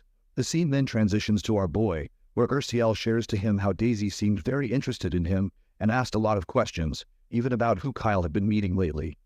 Our boy then asks her what exactly she told Daisy. Ursula replies that she didn't reveal much because she didn't want to disclose anything about him. She asks if she did well, and our boy gives her a thumbs up, acknowledging that she made the right choice by not revealing anything to her. He also tells her that, moving forward, it's okay to give more moderate answers. It will be hard to keep it a secret that he's overcome his Hermamund illness and started learning magic. As Ursula heads out, Kyle reflects on how his second eldest brother has started to make his move. As night falls at the mansion, the Marquis's booming voice rings out in disbelief. The head of the Celtarian family is stunned to learn that Kyle has truly overcome his illness. The knight confirms it again, saying it's indeed true. The youngest son is now studying magic on his own, and has apparently already achieved the first circle. Though our boy's powers go way beyond the first circle, Leonhardt decides to keep this information to himself, because such a revelation would be too much for the head of the family to handle. The Marquis remains skeptical, and he is finding this news too hard to believe. The father then recalls how Kyle was in terrible condition the last time he saw him, throwing tantrums for no apparent reason. At that time, he had to deal with it by giving Kyle a good punch to quiet him down momentarily. He then asks how old Kyle is now. The knight reports that his 13th birthday is just past. That is when the head reveals a critical detail, which is that to overcome Hermamund, you either need exceptional talent in magic or swordsmanship, talents that usually manifest around ages 5 or 6. He wonders if there are any cases of someone overcoming Hermamund as late as 13. The knight admits he's not sure of any such cases, but claims he has personally witnessed Kyle overcoming Hermamund and using first circle magic. On hearing this, the father wonders if it could be a miracle. He then asks Leonhardt if he should meet his young son personally. Leonhardt reminds him that it's his decision to make, but the head of the family somberly says he's not sure if he should meet Kyle, as he might still harbor resentment against his father. But that's when the knight reveals the opposite to the Marquis. He explains that Kyle actually wants to speak with his father, and if there's something the Marquis wishes to say, the knight offers to deliver the message. Hearing this, the father decides he will meet Kyle in person. The scene flashes back to a moment earlier when, before meeting the head of the family, the knight had asked Kyle if he had any message for his father. That's also when our boy, boldly stepping outside the mansion's boundaries, walks into the courtyard. The knight reminds him that he's still under house arrest and can't leave the annex without the Marquis's permission. Kyle, with unwavering confidence, replies that this is exactly why he wants to meet his father face to face. The knight is startled for a moment by the boldness in his expression, and he hesitates to say anything. Kyle pleads with the knight, giving him an irresistibly cute look. Eventually, the knight has no choice but to agree to young master's plan. In the present, when the father hears that his son doesn't resent him, he's left speechless. The knight clears his throat dramatically and repeats that Kyle wants to meet him. By the way, this man is esteemed Renton Celtarian, the head of the prestigious swordsmanship family, Marquis of the Soltarians, protectors of the family from monsters for generations, and one of the 5 sword masters on the continent. He is, of course, Kyle's father. When our boy notices a photo of the head of the family, his hand starts trembling uncontrollably. He realizes that it's the original Kyle's body reacting, remembering the deep fear and resentment towards his father. He recalls the harsh days the original owner of this body endured, the fear and apprehension still lingering in him. The constant reminder from his father that he was a good-for-nothing son had left him devastated, and those memories now weigh on Kyle's soul. His father never hesitated to remind him of his worthlessness. Letting out a sigh, our boy reflects on how the recent memories of the original Kyle have now become his memories too. Since Lee Hyun-woo and original Kyle's souls have merged through possession, the pressure and pain that the previous owner once felt are now fully transmitted to him as well. But that's precisely why our boy intends to change. He's determined to show everyone that the Kyle of old, the scared, broken boy, is gone. As part of this body now, he promises to prove Kyle's true worth to the world and to himself. When he finally stands face to face with the Marquis, the man starts off the conversation by asking if he has something to say. Kyle responds with a crisp, loud voice saying, "Yes, Marquis." The Marquis remains silent for a moment, noticing how boldly his son addresses him as Marquis instead of father. It makes him wonder why this brat actually wants to meet him.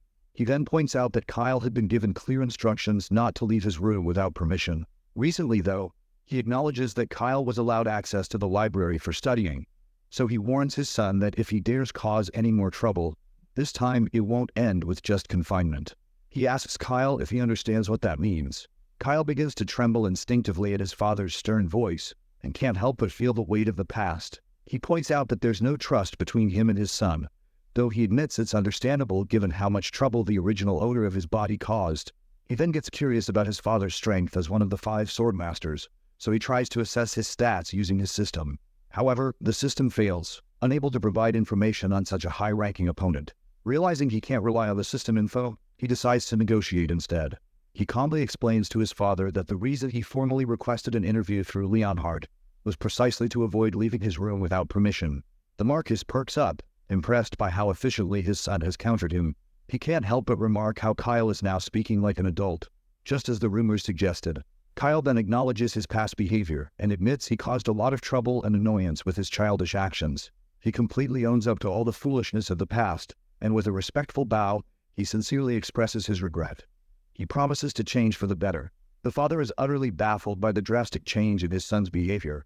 How could a brat like Kyle even think of apologizing? He's astonished that a child who used to blame others and get irritated every day is now saying something like this. While our boy decides to speak once again, his father anxiously braces himself for what might come next. Kyle then drops a bombshell that he wants to make a deal with him. Curious, the Marquis asks what kind of deal Kyle has in mind. Our boy first of all reminds his father that he must have already received a report from Leonhardt about him overcoming his Hermamund illness. The father confirms he has heard of it but finds it hard to believe such a miraculous thing could actually happen. Kyle insists it's true. To prove his point, he conjures fire in his hand, revealing to his father that he now possesses first circle magic abilities. The father is completely blown away once again. He didn't really believe Leonhardt's words, but seeing Kyle's magic abilities firsthand leaves him at a loss for words. He confirms he can see the mana flowing inside Kyle's body. Our boy also claims that it's true, and that he'll only get stronger with time. Mages who overcome Hermamum are known for their exceptional potential. Kyle adds that it took him only a few days to reach the first circle through self-study, and a mage of this level is said to be as valuable as an entire knight order. He acknowledges that the Soltarian family is famous for its swordsmanship, but having top-notch magic among the direct descendants would be a great addition. He suggests that if the family supports his growth as a mage, he'll keep honing his skills and contribute significantly. He hopes to become a great asset and help the Soltarian Marquis stand out with both swordsmanship and magic, elevating their family's status in the country. Kyle wraps up by asking his father for his thoughts on the proposal. He reminds him that this is a deal that benefits both the family and himself, and requests that his father consider investing in him as a capable talent. After putting his father in a tight spot with his proposal, Kyle also reflects on life's give-and-take nature. He knows the best way to gain favor is to show what you could offer in return. The Soltarian family values its honor and benefit above all, and just showing family blood won't persuade his father. The previous Kyle tried to gain attention through trouble, but those methods only backfired. But our boy is way wiser than the previous Kyle, and he understands that aligning mutual interests can bridge even the toughest relationships.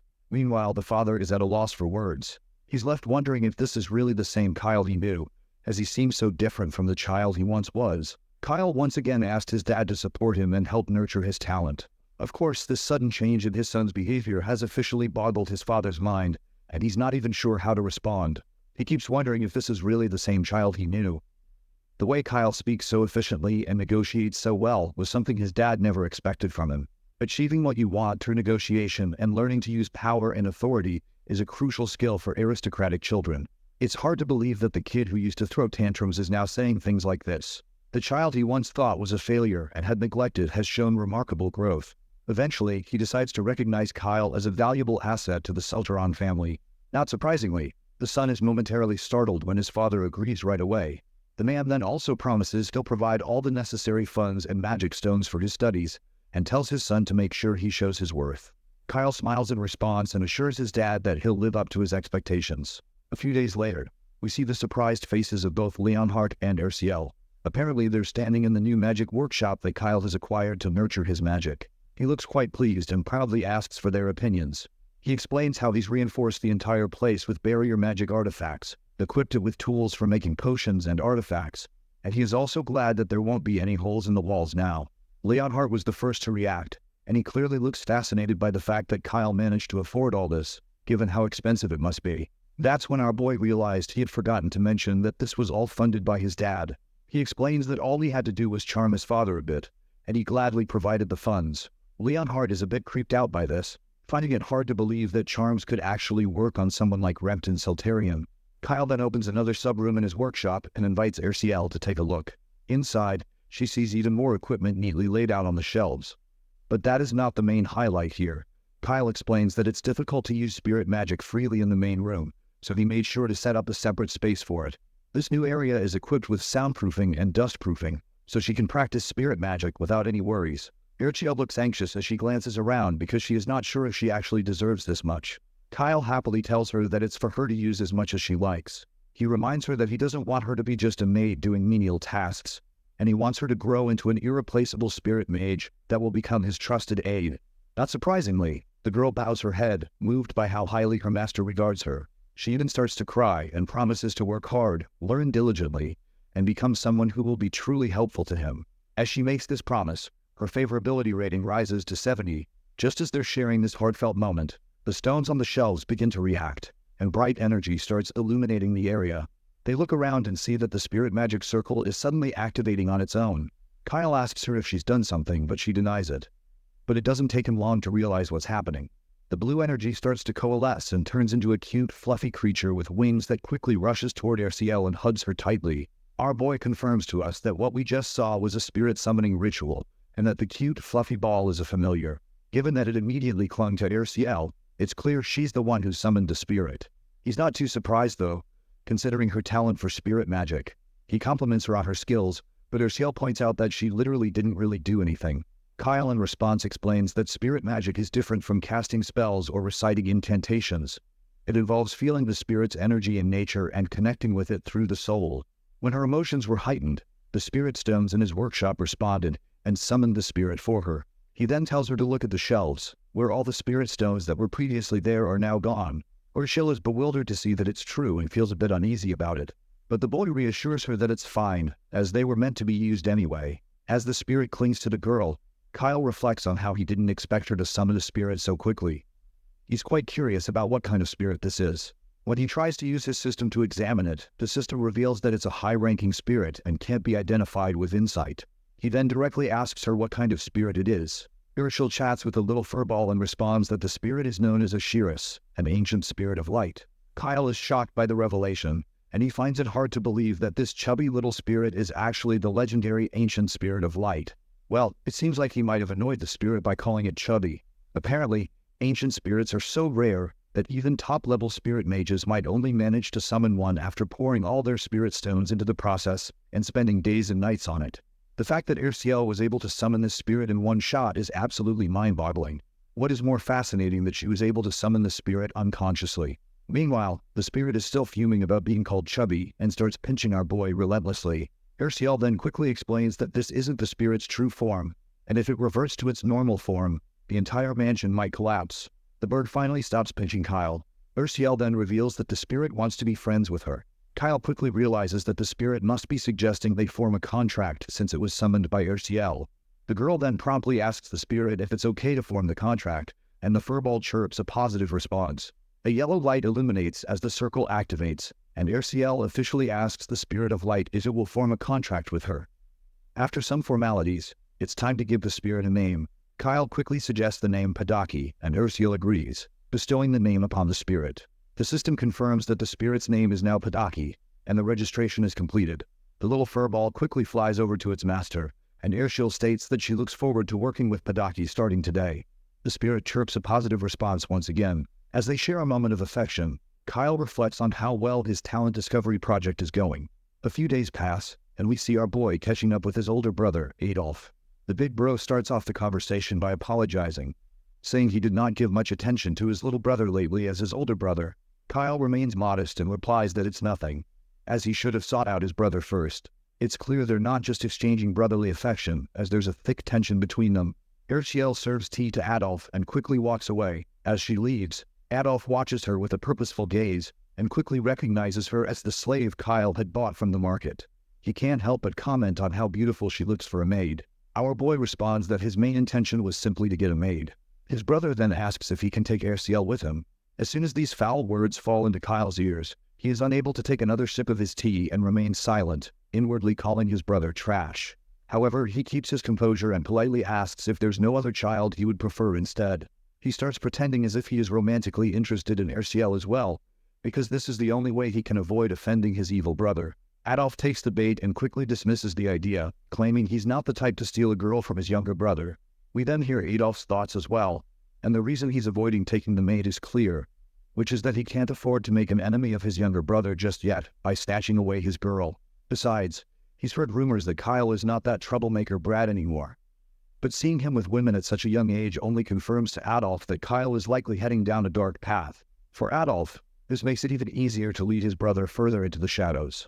Adolf then begins teasing him, saying that if he had known his young brother was such an interesting young man, he would have tried to get closer sooner.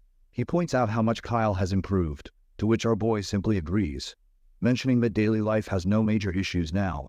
His Hermamum isn't fully recovered yet, but it's gradually getting better. Looks like the big bro is not expecting to hear this, and he promptly asks if he is actually recovering. Kyle explains that it's a long-term illness, so it's difficult to cure all at once, but it's improving step by step. He then shows his brother some magic, telling him it's a spell he created that's about 1.5 times more powerful than regular magic. He asks Adolf what he thinks about it, while the big bro is quite impressed to see that Kyle can create spells as well. What shocks him is that Kyle is learning magic rapidly, even though he is not fully recovered from his illness. He begins to worry that our boy might become an obstacle to the heir's succession. He also can't help but to notice that Kyle's attitude has suddenly changed, as if he's becoming a different person. His magical skills are growing day by day as well. He wants to be cautious, but at the end, he just thinks of Kyle as a 12-year-old kid, so there is nothing to be so cautious about. He then decides to manipulate his junior brother for his advantage, and, if he becomes useless, Adolf simply plans to discard him as trash. So he directly asks Kyle if he might be interested in joining his faction. The invitation surprises Kyle, leaving him unsure of how to respond. A heavy silence descends as Adolf eagerly waits for his reply. Kyle then smiles purposefully, as if he's figured out his answer. Adolf decides to inform their father about the situation, and Kyle thanks him for handling it. Afterwards, as Big Bro prepares to leave, he opens the door with a creak, and Leonhard, standing outside, hears the sound and promptly pays respects to Adolf. Adolf then recalls that Leonhard is another obstacle in his path. This knight isn't an easy opponent, as despite any temptations, he hasn't switched sides. He then throws a jab at Leonhard, remarking how it's quite a sight that the knight has been reduced to guarding a snot-nosed brat. With that, Adolf walks away with his escort. Afterwards, the knight simply turns around and enters the room, where he finds Kyle still enjoying some refreshing tea. Our boy then happily informs his knight that Brother Adolf asked him to join the subjugation squad. He further explains that his role will involve working with Baron Jerome, a close aide to Adolf's 5th Legion. This mission will likely serve as a test of loyalty to the brothers, and presents an opportunity to earn merit and gain recognition for the family. Leonhard is surprised by the news and quickly says that if Kyle is joining the subjugation squad, he wants to go as well. However, our boy turns him down, explaining that having a knight there would put Brother Adolf on guard, and he wants to earn his big brother's trust on his own. and can't have someone from their father's side with him. Leonhardt points out that the mission is dangerous, but Kyle explains that Brother Adolf won't easily trust him. He'll want to see how useful Kyle is in real combat and might even deliberately expose him to danger. My guy then flicks his fingers, and fire begins burning in the palm of his hands. He reassures his knight that he's learned a few tricks to protect himself, so he's not too worried. He adds that he won't reveal all his abilities during the mission, and then asks Leonhardt if he's ever heard of ogre perfumes. Before we can get more details on that, the scene transitions to the green countryside, where soldiers have set up camp in the woods. Apparently, we are in the south of Traston territory, known for its monster-infested forest. The Selteron family regularly sends subjugation squads to clear the monsters there, and as expected, Kyle is part of this team.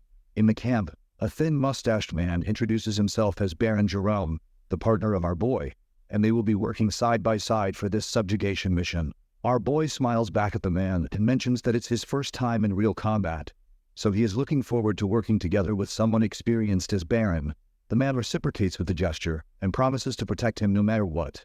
However, while Baron appears supportive on the surface, our boy senses something off.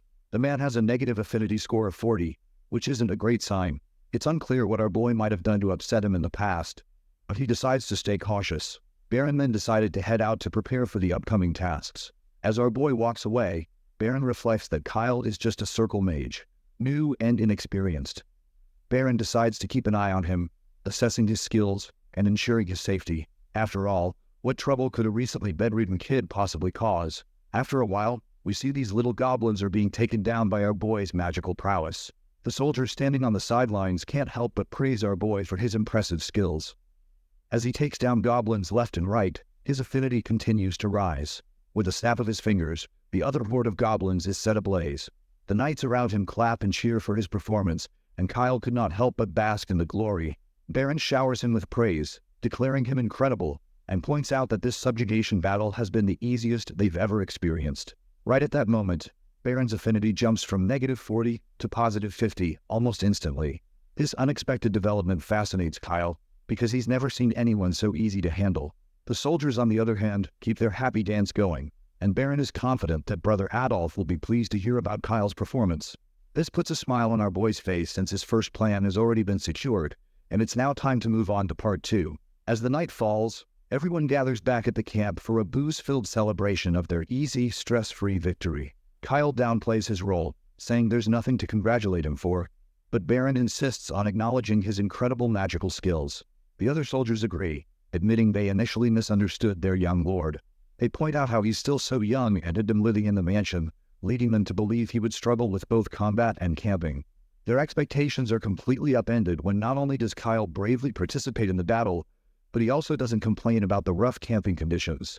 In fact, he proves to be quite mature for his age. When asked about it, our boy explains that since his brother Adolf must have dealt with these challenges during monster subjugations, he felt he should also act brave and mature, just like his big bro Adolf. Everyone is deeply moved by his words, and some even tear up at the thought of Kyle's admiration for brother Adolf. It seems our boy's strategy worked perfectly. The soldiers quickly agree to report back to brother Adolf about the insane performance, and they are quite eager to inform Adolf about how much his young brother likes him. The favorability also rises up to 60 as everyone feels a warm appreciation for him. As midnight approaches and all the soldiers are deep in sleep, Kyle decides to take a quick look around before heading to bed. The patrolling guard requests him not to go too far, and with that, our boy promptly leaves. Kyle is actually pleased that these bunch of stupid heads don't suspect him of anything just because they see him as a kid. He also reflects on how most of the knights have fallen asleep after celebrating their victory all night. There are a few guards still on duty, but they don't seem to be much of a threat. At that moment, he pulls out a bottle of perfume. It turns out to be ogre perfume, which can summon ogres within a 10-kilometer radius. He used to farm experience with these in the game, so he's familiar with its effects. The scene transitions back a bit to when Kyle first mentioned ogre perfume in front of Leonhardt. The knight quickly confirms that he's never heard of it before. In response, Kyle says that if no one knows about this, then he must be the first creator of it, which also confirms the fact that the recipe for ogre perfume isn't known in this world yet. He explains that it's a perfume that summons ogres within its radius, with the quality determining how large the radius is. Leonhardt reminds him that the goal of the subjugation squad is to tackle a goblin den, and ogres are high-level monsters, so the squad will struggle against them. Kyle confirms that this is exactly what he's aiming for. He points out that there are 12 high-level expert knights in the subjugation squad, So while goblins would be manageable, ogres are a different story. Furthermore, the rest of the soldiers in the 5th Legion are just a bunch of rabble, despite being called a knight squad. Their loyalty to Adolf is unquestionable, but their individual skills are lacking. Apparently, this legion is made up entirely of street criminals whom Adolf brainwashed with dark powers. The powerful brainwashing turned them into fanatics, allowing Adolf to not only expand his influence, but also to demonstrate his control over even the most hopeless individuals. They are now loyally controlled, and if Adolf were to give a command during the succession ceremony, a tragedy would likely unfold, with his knights willing to go to any extreme for him. Even street thugs are part of this estate, and the brainwashed high-level knights are particularly troublesome. To mitigate the risk of such loyalty turning against him, our boy plans to reduce the 5th Legion's strength as much as possible before the succession ceremony. Starting with the 12 high-level expert knights, he intends for them to die heroically fighting the ogres. Kyle's role is to survive this deadly battle and return with the achievement of subjugating the ogres, thereby securing his position and demonstrating his own value. As the aroma from the ogre perfume spreads across the countryside, the ogres are drawn to it, and soon after, the camp is under attack. The soldiers are thrown into confusion, unsure of what's happening. One of the high-ranked knights tries to reassure his comrades, telling them not to falter because it's just a mere ogre. However, their confidence is shattered when the same knight is crushed like a tomato under the giant hand of an ogre. The soldiers tremble and recoil in fear, realizing that if a high-level knight can be defeated so easily, they stand no chance against these monsters. That's when Kyle jumps into the scene, urging everyone to pull themselves together. He scolds them for cowering, reminding them that prestigious Celterian knights don't behave that way. He further stresses that if they retreat, the ogres will invade their territory, so they must stop the ogres here, no matter the cost. At that moment, Baron Jerome arrives on horseback, relieved to see that our boy is alive and safe. He tells Kyle to make his escape while he takes care of the monster, emphasizing that his safety is the top priority for him. But our boy firmly declares that he won't run. He makes it clear that he will stay and fight with everyone until the end, because he can't face Brother Adolf if he abandons his followers and runs away alone. He asks the thin mustache if there's anything wrong with his decision. Baron is quite touched by the bravery our boy is showing, and looks back at him with admiration. That's when Kyle casts a spell, giving Baron an extra boost. As the spell takes effect, Baron feels lighter and more invigorated. Kyle explains that since he is still a first circle mage, he will support and control from the back. He tells Baron to take the lead and fight bravely. The man quickly agrees to his young lord's command. With a confident grip on his sword, he dismounts from his horse and reflects on Kyle's bravery and unwavering stance in battle. He acknowledges that our boy is indeed an irreplaceable asset to Brother Adolf, and he decides to report to him that his little brother is quite loyal to him. With a determined stance, Baron unleashes a terrifying amount of power, causing the ground to shatter under the force. He challenges the ogre to come at him and charges towards the giant creature. The soldiers watch in awe as their senior marches forward without a shred of hesitation. Inspired by Baron's fearless stance, they realize they can't afford to look pathetic. Motivated by their senior, they resolve to follow him at all costs and fight with everything they've got. Kyle gives a final push, encouraging the soldiers to march forward and face the danger with all their might. The knights, motivated by his words, march toward their deaths without a shred of hesitation. Meanwhile, Kyle grins to see his plan unfolding just as he had planned. Although the soldiers are strong, his perfume has summoned extra powerful ogres, 2 or 3 times more formidable than usual. He continues to rally the 5th Legion, while inwardly, he could not help but to feel happy that this will be their final stand. The soldiers are caught off guard and are mercilessly slaughtered by the enormous 2-headed giant ogres. Despite all of this gruesome mess, Thin Mustache charges at one of the ogres with his sword drawn, his eyes blazing with vengeance. He shouts for the monster to die and swings his sword with all his might. As he continues to battle the ogre, one of the knights looks around and realizes that most of their high-ranking knights have already been killed, with only a few remaining. The soldier begins to shiver with terror, wondering if he can even make it out alive, as the enemy proves to be far too powerful to contend with. Meanwhile, Kyle continues to smile, seeing this as his only chance to thin out his brother's knights. Initially, there were about 12 high-ranking knights, but now only 3 remain, including Thin Mustache Baron. Baron also has been pushed to his limits, and is uncertain whether they can achieve victory. He contemplates using his final option, which is the power of darkness. Before unleashing this terrifying power, he recalls Brother Adolf's warning. Adolf had told him that the power of darkness would make him stronger and allow him to sense a power, unlike anything he had felt before. Fully unleashing it would come at a cost. He would be unable to revert to his old self, transforming into a frenzied beast and losing his humanity. Therefore Adolf advised him not to release this power recklessly. Thin Mustache wrestles with the decision, knowing that using this power could be a last resort in their desperate situation. Despite the danger, he decides to unleash his dark power. He knows that while he might be able to defeat the twin-headed ogre, he won't be able to contain his rage, and losing control is still better than dying like a lamb. However, just as he prepares to unleash his power, a bolt of lightning descends from the sky, striking the beast and stunning it entirely. It turns out that the lightning was from Kyle. He instructs Thin Mustache to penetrate the enemy lines while he provides backup from the shore. Thin Mustache brims with admiration for our boy. He quickly agrees with the plan, while he feels reassured that he finally does not have to resort to using his dark powers. Kyle then casts a spell known as Mind Cleansing, which rapidly heals everyone within its range. Thin Mustache is both shocked and surprised by the effect, as they feel invigorated and their minds are cleared. This rejuvenates their resolve, reminding them that they are the 5th Legion under Adolf's command. Energized and focused, they recommence fighting the twin-headed ogre with renewed determination. One of the elite knights strikes the monster right on its overgrown head, but the ogre sends him flying with a single slap, and with this one down, only 2 elite knights remain.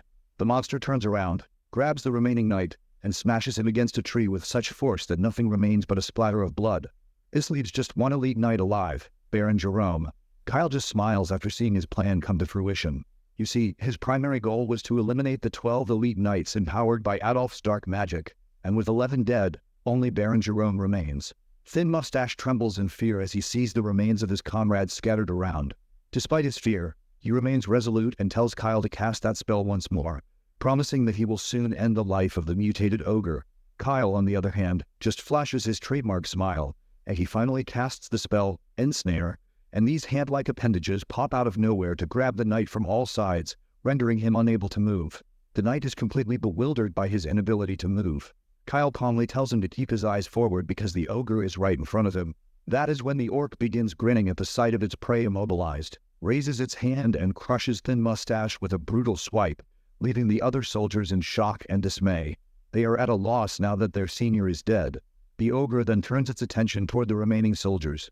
But before it can act, a storm of fire hits the monster, burning it alive and leaving the soldiers in absolute awe. The ogre slumps to the ground, defeated and scorched. Kyle descends from the hill and lands directly above the roasted body of the ogre. With precision, he pulls out a crystal from the monster's body, which appears to be part of an elite unit. With his plan officially played out as intended, he decides to wrap up his charade. He announces to everyone that the mutant ogre has been vanquished, and he gives credits to Baron's sacrifice, which gave Kyle the opportunity to strike and defeat the monster. He also praises the 12 valiant knights who fought selflessly. As the sun rises, Kyle concludes his speech, saying they have finally succeeded and lived to see another day. At first, everyone is wide-eyed and unsure how to react, but soon they begin to beam with happiness at their hard-earned victory. They celebrate with their hands raised in the air, reveling in the triumph. As the party starts their journey back to the mansion, our boy reflects on the noteworthy success of the subjugation. The extermination of the mutated 2-headed ogre, along with the original goal of annihilating the goblin tribe, is a significant achievement. However, it came at a heavy cost, and the sacrifices were not small. Once they finally reach the mansion, Brother Adolf is shocked and quickly asks if Baron Jerome is actually dead. Kyle somberly responds that Baron fought the mutated ogre to the death, and without his fierce battle, no one, including Kyle himself, would have survived. Devastated by the news, Adolf pulls back the curtains covering the dead body of his most loyal subordinate. He is indeed shocked to see that Baron Jerome is dead, but what troubles him even more is that it appears Baron had not tapped into the power of darkness. The loss of Baron Jerome and the high-level expert knights is a painful blow to Adolf, and it drives him into a furious rage, though he doesn't voice his anger directly. Instead, he pretends to be concerned and expresses relief that his little brother is still alive. He acknowledges that Kyle's victory over the mutated ogre is commendable, and says he will inform their father and ensure he is properly rewarded for his achievements. The junior brother responds with a broad smile and thanks Adolf for his words. As they finally begin to enter the mansion, Kyle smirks to himself, wondering if he has truly succeeded in deceiving his big brother. Night falls, and we find our boy hanging out with his knight and maid, looking pretty pleased with himself. He's narrating how he managed to kill 2 birds with 1 stone. He weakened the 5th Legion's strength and gained Brother Adolf's favor. Plus, he snagged the core of the mutated ogre, which will be super useful for treating Hernimum. Well, come to think of it, it's more like hitting 3 birds with 1 stone. Anyway, Leonhard is relieved that he made it back safely, but he notes it was pretty dangerous. Kyle just shrugs it off, saying that one mutated ogre was no big deal for him, and he is sure that he could have handled it without breaking a sweat. He simply wanted to pretend to be weaker to show everyone that he is just a harmless kid. Leonhard then asks if he plans to stick with Brother Adolf's camp, and what his plans are for Lord Abel. Kyle just smiles in response and tells him to wait and watch, confident that Brother Abel will come looking for him on his own. A few days later, the major members of the Seltarian family gather in the conference room to review the results of the subjugation and decide how to distribute the spoils. During the discussion, the Marquis mentions he wants to talk about Kyle's role in the ogre's defeat and opens the floor for any objections. There's a murmur of surprise and disbelief among the family members, who find it hard to believe that Kyle was even involved in defeating the monster at all. On the other hand, Adolf sits with a smug smile, already plotting to keep Kyle firmly on his side. One of the members in the conference room finally raises their hand, pointing out that Kyle's supposed significant role in the hunting party sounds like a bit of a stretch. This critic is Baron Hemington, a rather portly figure known for his bluntness. The Marquis asks for clarification, and Baron Hemington responds that while it's well known how much the Marquis adores his youngest son and often praises him, the reality is that Kyle is just a first-circle magician, essentially an apprentice new to magic. Considering the trouble our boy has caused in the past, Hemington argues that merely participating in the subjugation and returning safely doesn't warrant credit for the monster's defeat. It's hard to believe that someone could mature so quickly overnight and play such a pivotal role. He also goes on to highlight that Kyle has always been a troublesome child up until now. The other family members seem to nod along, clearly worried about what kind of mischief Kyle might be cooking up now. Kyle, meanwhile, is somewhat fascinated by the fact that these loudmouths have no qualms about speaking ill of him right in his presence. It seems the original Kyle is living up to his reputation as a troublesome kid, which isn't too surprising. At that moment, Kyle himself decides to speak up. He addresses the Baron directly, pointing out that he was present when the mutated ogres were rampaging, and simply surviving and witnessing such an event is an achievement in itself. He urges the Baron to reconsider his opinion, emphasizing that only someone who has faced a monster like that firsthand can truly understand the true terror. He further challenges the fatty by asking if he thinks dealing with such a threat is as easy as it sounds. Of course, Baron Hemington is visibly startled by our boy's challenging tone. As he stumbles for a response, Lord Abel also speaks up. He points out that even regular ogres are tough to deal with, even for several high-level expert knights. Considering the ogre Kyle faced was a two-headed one, twice as strong as a regular ogre, the fact that Kyle returned alive is indeed nothing short of a miracle. Our boy feels a bit bewildered to see his oldest brother defending him, which is a rare show of support. On the other hand, Baron Hemington tries to counter by arguing that Kyle's survival was due to the knights risking their lives to protect him. He emphasizes that all 12 high-level expert knights died, which clearly suggests that Kyle's survival was more a matter of luck and the sacrifices of others rather than his own prowess. Lord Abel speaks up again and stresses the fact that the blow that killed the mutated ogre was delivered by Kyle's spell, as confirmed by the surviving knights. He acknowledges that while Kyle may have been a troublemaker during his childhood, he still made significant contributions in this subjugation and is now focused on studying magic diligently. Abel argues that it would be fair for Baron Hemington to set aside his prejudice and recognize Kyle's achievements. The fatty tries to argue further, but Adolf cuts him off with a raised voice, asking if he really believes he has the right to bring up Kyle's past misdeeds and criticize a direct descendant of the Seltarians over baseless claims. Adolf then questions if he is trying to overstep his authority. This causes Hemington to shrink back in fear, quickly denying any such intention. Meanwhile, Kyle, the man of the hour, is utterly bewildered by what's happening. Both of his brothers are actually defending him. Adolf finally calms down, clears his throat, and turns to their father, declaring that his vote is in Kyle's favor. He fully recognizes his little brother's achievements and insists they must be acknowledged.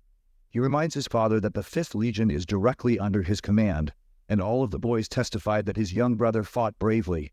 With both Abel and Adolf in agreement, their father delivers the final verdict. If both brothers agree, there are no objections to acknowledging Kyle's contribution. Marquis declares that from now on, Kyle is officially free to come and go from the main residence, and he may even leave the estate. Our boy lights up with happiness at hearing his father's verdict. However, his father goes on to say that the spoils recovered from the mutated ogre will be distributed based on merit, and that Kyle will not receive any of them.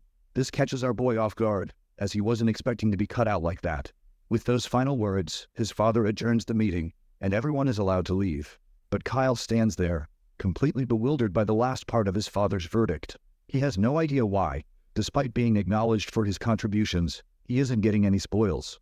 Before his father leaves, Kyle quickly calls out to him, trying to charm him with his innocent expression, and asks if he's really not going to get any spoils after all his hard work. That is when his father leans closer to his son's ear and whispers about the ogre core that Kyle already swiped. As soon as his father's whispered words sink in, Kyle's breath catches in his throat. He quickly responds, saying he doesn't need the spoils anyway, and that just having his house arrest lifted is more than enough for him. Then from behind, Adolf calls out to him. When Kyle turns around, his big brother reminds him that he kept his promise of informing their father about his achievements, adding that he did it all out of love for his little brother.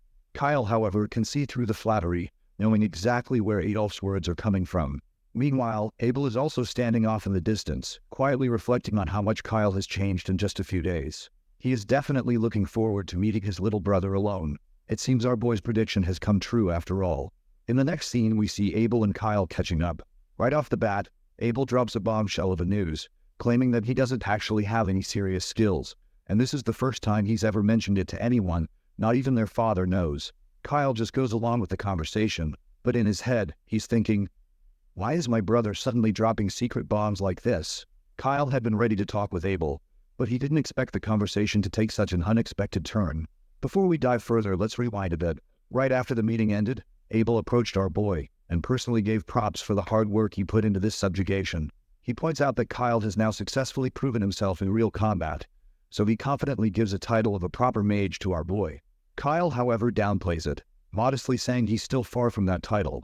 After all, he's only a first circle mage, and he chalks his success up to sheer luck. Once Abel takes control of the conversation, he promptly invites his little brother to dinner, saying he'd love to hear more about his exploits during the subjugation. At the time, our boy agreed with a smile, but now, sitting across from his brother, he knows the real reason for the invitation, which is that his big bro is trying to recruit him to his side. But what our boy can't figure out is why his big bro is suddenly dropping such a personal secret. There doesn't seem to be any ill intent, but he's still struggling to understand what Abel is truly trying to achieve by revealing something so private. Whatever the case, our boy's mind is also on the bigger picture. If he wants to safely navigate the Marquis of Keltarion rebellion event, Abel's strength needs to grow as Adolf's influence crumbles. Only with solid support from the Marquisate of Keltarion will Kyle have a chance to survive this fantasy chess game. So he knows he has to be very careful with his words here. With that in mind, he turns to his big brother and asks why he is revealing such a significant secret that not even their father knows about. Abel responds by asking if his little brother isn't interested in hearing the full story first. Our boy admits that he would love to hear what his senior has to say, but after learning such a big secret, he's unsure how to react and what Abel truly thinks of him. The senior quickly picks up on Kyle's concern and directly asks if he is worried that there might be ulterior motives behind revealing such crucial information. Kyle sheepishly smiles and kind of agrees to what his brother said. He further admits that he simply can't win against his big brother in the games of wits, so he decides to be straightforward. He makes it clear that while he is currently aligned with Adolf, he doesn't truly support him. However, this doesn't mean he plans to join Abel's side either. The scene then transitions to the practice grounds of the mansion, where we find Adolf venting his frustrations on the training dummies, clearly agitated. One of the maids stands nearby, watching him with a mix of concern and apprehension. His frustration apparently becomes evident as he expresses his irritation that his eldest brother visited Kyle's residence. The maid further confirms this and adds that there were guards stationed outside, so she was unable to overhear their conversation. Adolf states that he already knows why Abel wanted to meet Kyle and what they discussed. He makes it abundantly clear that he was the first to set his sights on our boy and is not going to lose him to Abel easily. He then instructs the maid to poison Kyle's food if he ever shows any signs of considering joining Abel, emphasizing that this is precisely why she was stationed there. The lady looks anxious and scared by these stern orders, but reluctantly agrees to carry out the task. The scene shifts back to Kyle and Abel's meeting. When the senior asks him why he isn't interested in joining his side, our boy hesitates to respond. Well, we all just saw what Adolf is plotting against our boy if he joins Abel's side, so it's no surprise that he does not want to join. But he does not say anything to Abel regarding this. Instead, he surprises him by saying Abel is a kind person. Well, this unexpected response catches the senior off guard, while our boy keeps saying how kind his eldest brother is. Apparently, Kyle's words are genuine, especially considering his system shows that Abel's affection level toward him is 0. This is actually a positive sign, given that most people have negative scores in affection toward our boy. Abel, on the other hand, admits he's glad to hear such kind words. However, he also feels regretful for not paying attention to his younger brother and only coming around when he needed something. Kyle reassures him in response, saying he shouldn't feel guilty. He acknowledges his own bratty behavior in the past and admits he also dislikes his former self. He is just glad that his senior brother didn't just bury him for being a brat, and he's thankful for that. Abel bursts into hearty laughter when he hears the funny remark from his junior. He jokes that if he had known his little brother was so smart and perceptive, he would have met him sooner. Then Abel gets serious and tells Kyle that whatever Adolf has promised him, Abel can offer the same, and even better. He asks him if there's any chance for reconsideration. Our boy finally speaks up, saying that if he joins Adolf, he's sure Abel wouldn't hold a grudge. But if he joins Abel instead, Adolf would be ruthless and might even kill him. He further explains that Adolf is genuinely merciless and would go to any lengths to eliminate him if he becomes a hindrance.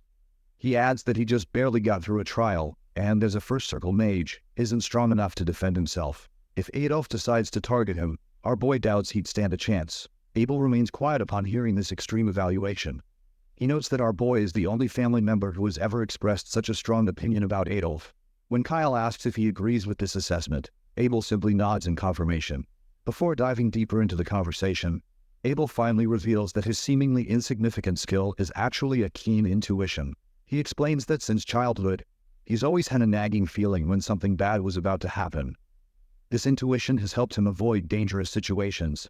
However, as they approach the succession ceremony, these ominous feelings have intensified, especially concerning Adolf, who is giving off some seriously dangerous vibes. Abel admits, though, that he doesn't have concrete proof to confirm any ill intentions from Adolf, so he can't be entirely sure. This revelation kind of fascinates our boy. He starts wondering if Abel is actually aware of what's happening around him. What's surprising is that this level of insight should be just a low-level foresight, but Abel also seems to sense dark energy, and he never had that ability in the game. It makes him question what's going on. Could it be that since he entered this game world just as Kyle developed new abilities, other NPCs might have also changed? He remembers how Urshiel, who was supposed to be a minor character, has developed an innate talent for spirit magic. Anyway, Abel speaks up again, saying that even though Adolf is his younger brother and second in line for the Marquisate, their father doesn't think he'll cross any dangerous lines, even if he gets a bit extreme. Abel's just trying to stay cautious because of this ominous feeling he has about Adolf. He admits that this much isn't enough to convince others, which is why he's kept it a secret. Our boy points out that if brother Adolf becomes the successor of the Marquis of Soltarium, the whole place will fall into chaos, and none of them will be safe. Abel seems to get the logic behind this, so he asks Kyle if he really has a plan. Our boy finally reveals that he's going to pretend to be on Adolf's side for now, keep an eye on his movements, and act like a loyal follower to make him drop his guard. Then, he'll take his chance. Abel then highlights that this does not look as simple as it sounds. Kyle explains that's exactly why he needs help, and asks his senior brother if he'd be willing to support him. Abel is momentarily surprised but quickly recovers, and chuckles while saying how he can refuse his adorable little brother's request like that. He agrees to support Kyle from the shadows. With that settled, our guy says he has one favor to ask. But before we can hear about that favor, the scene transitions to give us a look at the mansion. A few days have passed since the conversation with his brother. Inside Kyle's room, we see a pile of platinum coins. Leonhard gasps in shock as he claims that just one of these coins is worth several times his monthly salary. He asks Kyle how he managed to get so much money. Our boy cheekily replies that he stole it from his older brother. The knight is shocked and asks if he stole it from Abel. Kyle responds positively, and the scene flashes back to the past. There, we see Kyle asking his brother for a large sum of money. Abel, without hesitation, asks how much he needs and promises to prepare the money right away, saying it's just a little gift for his younger brother, so he does not need to pay for it. In the present, our boy happily reveals that he had no idea his older brother was so generous. Amid all this, Leonhard also notices a shining ball in the pile of coins and curiously asks his master about it. Kyle explains that it's a personal communication orb that his brother gave him so they can stay in touch. The knight finds this absurd and points out that these orbs are so expensive he could easily buy a mansion with a garden for the same amount. Kyle acknowledges the high value of these items, but corrects his knight that the orb is a simplified version, as it can only be used for direct communication with him. The knight then looks at Kyle, seeing the happiness on his face, and figures that his talks with Lord Abel must have gone well. Kyle confirms that they did go well and that his older brother is truly a good person. He then offers the money to Leonhard, saying he can keep it as he'll need it sooner. Leonhard asks what he plans to use all this money for, since they've finished renovating the workshop and recently bought magic and spirit stones, so they shouldn't need more money for a while. Kyle mentions he plans to make more money with this sum, and that it's just his investment capital. In the next scene, we get a vibrant panel showing Urshiel performing spirit magic. As she chants her spell, Prodigy begins to glow like a bright sun in the sky, leaving Ursiel bewildered by this unexpected outcome. She had originally intended for her staff to glow, but instead, Prodigy responded to her chant. While Prodigy snuggles up on Kyle's head, the girl shouts at her to stop climbing onto his head, but our boy reassures her that it's totally fine, and even jokes that it's like having a headlamp. Leonhardt, ever the simplest guy, just facepalms in frustration and quickly asks what they're doing in the dungeon right now. Well, this is kind of a good question. I also want to know what exactly they are doing here, but our boy remains vague when asked about their activities, simply stating they're in a dungeon because it's a dungeon. Leonhardt, clearly annoyed, demands a clearer answer. He reminds Kyle that they had left the mansion with the intention of visiting the neighboring territory of Enphalum, so he wants to know why they're now in a dungeon. Kyle continues to be evasive, explaining that there's a dungeon on the way to Enphalum, and since they were passing by, they decided to take a quick look. Once again, Leonhardt is frustrated with his master's vague response. He decides to give up on asking and simply states that they should get out of the dungeon since it's not a place to stay for long. Kyle counters, saying that their exploration of the dungeon is just beginning. Leonhardt stubbornly reminds him that it's dangerous. He points out that as they've progressed deeper into the cave, the number of monsters has steadily decreased. This likely means a boss monster resides further inside, as low and mid-level monsters tend to avoid boss territories. Leonhardt reveals that he's managed to handle things up to now, but he's unsure what challenges they might face if they continue. He insists they should turn back while they still can. That's when Kyle makes it clear that they are not turning back because the boss is exactly what they're after. Leonhardt is shocked by his master's revelation and asks if leaving the house under the pretense of going to Enphalum was all just a cover. Kyle responds that it wasn't entirely incorrect, as they do have business in Enphalum. However, he explains that he happened to know there was a dungeon on the way. If he had mentioned from the start that they were going to explore the dungeon, they wouldn't have been able to leave the house alone. Twice as many guards would have followed them. He is sure that his second brother's spies and his older brother's guards would have accompanied him as well, which is not a good thing at all. It would have been impossible to explore the dungeon with such a crowd, and if a fight had broken out among them, everyone would have been caught in the middle. Additionally, there are issues with Ursiel, since Ursiel is training in spirit magic, which Kyle wants to keep secret. He has only informed his father and doesn't want his brothers to know just yet. Therefore, bringing Prodigy out in front of people would be problematic. He then addresses the elephant in the room, revealing that the biggest issue is sharing the loot if they bring more people. But Leonhardt points out that with just the three of them, it's quite reckless. He acknowledges that he might be an upper-ranked expert knight, but Ursiel has only just begun learning spirit magic. While the knight keeps his protest, Kyle finally speaks up with a fiery tone that leaves the knight stunned and silent. Kyle reminds him that just because he acted weak back in the mansion, it doesn't mean he should take it at face value. The power of his magic, which has overcome her Mamu, is drastically different from regular magic, and Leonhardt himself is a witness to that. With that in mind, Kyle asks him if he still has any hesitation. He emphasizes that they have a solid team, Leonhardt as their tank, Ursiel as the healer, and himself as the DPS. With everything they need in place, our boy sees no reason why they shouldn't explore the dungeon. For one last time, he tells his knight to stop underestimating his master and show some faith and trust. He then challenges Leonhardt by asking if he still has doubts, to whom he would choose to be loyal, his father or Kyle. Before Leonhardt can respond, Kyle makes it clear that he doesn't need a knight who serves two masters. He wants a knight who serves him alone. This puts Leonhardt in quite a dilemma, and he hesitates to answer. Well, our boy understands the hesitation comes from the fact that Leonhardt is only here as per the Marquis's orders to guard his son. No matter how loyally he serves Kyle, his true master is the Marquis. Our boy has realized that simply showing sentiment won't be enough to secure Leonhardt's loyalty, and forcing him would only backfire severely. The fact that Leonhardt hesitates reassures Kyle that the knight at least acknowledges him as a master worth considering. With that settled, they continue their journey deeper into the dungeon. Leonhardt, with renewed conviction, swears to be the impenetrable shield of Versina. As they step confidently into the main boss chamber, they find the massive creature sitting quietly. The room is revealed to be the Minotaur's secret sanctuary, the name of the dungeon itself. Kyle notices the Minotaur is much larger than he expected, especially since, in Fantasy Defense, this dungeon was known as a beginner farming spot. It had no traps, a short path, few mobs, and most importantly, the rewards were incredibly generous compared to its difficulty. This is exactly why he kept the party small, because he isn't about to share such treasure with anyone else. Leonhardt then reveals that the Minotaur is said to be 3 times stronger than an ogre. Kyle agrees, pointing out that while the Minotaur doesn't use magic, it has incredible strength. If Leonhardt tries to block its giant hammer without sword energy, His bones could easily shatter. Kyle instructs him to take the front line, draw the Minotaur's aggro, and block its hammer attacks. He promises to cast a shield spell to boost Leonhardt's defenses.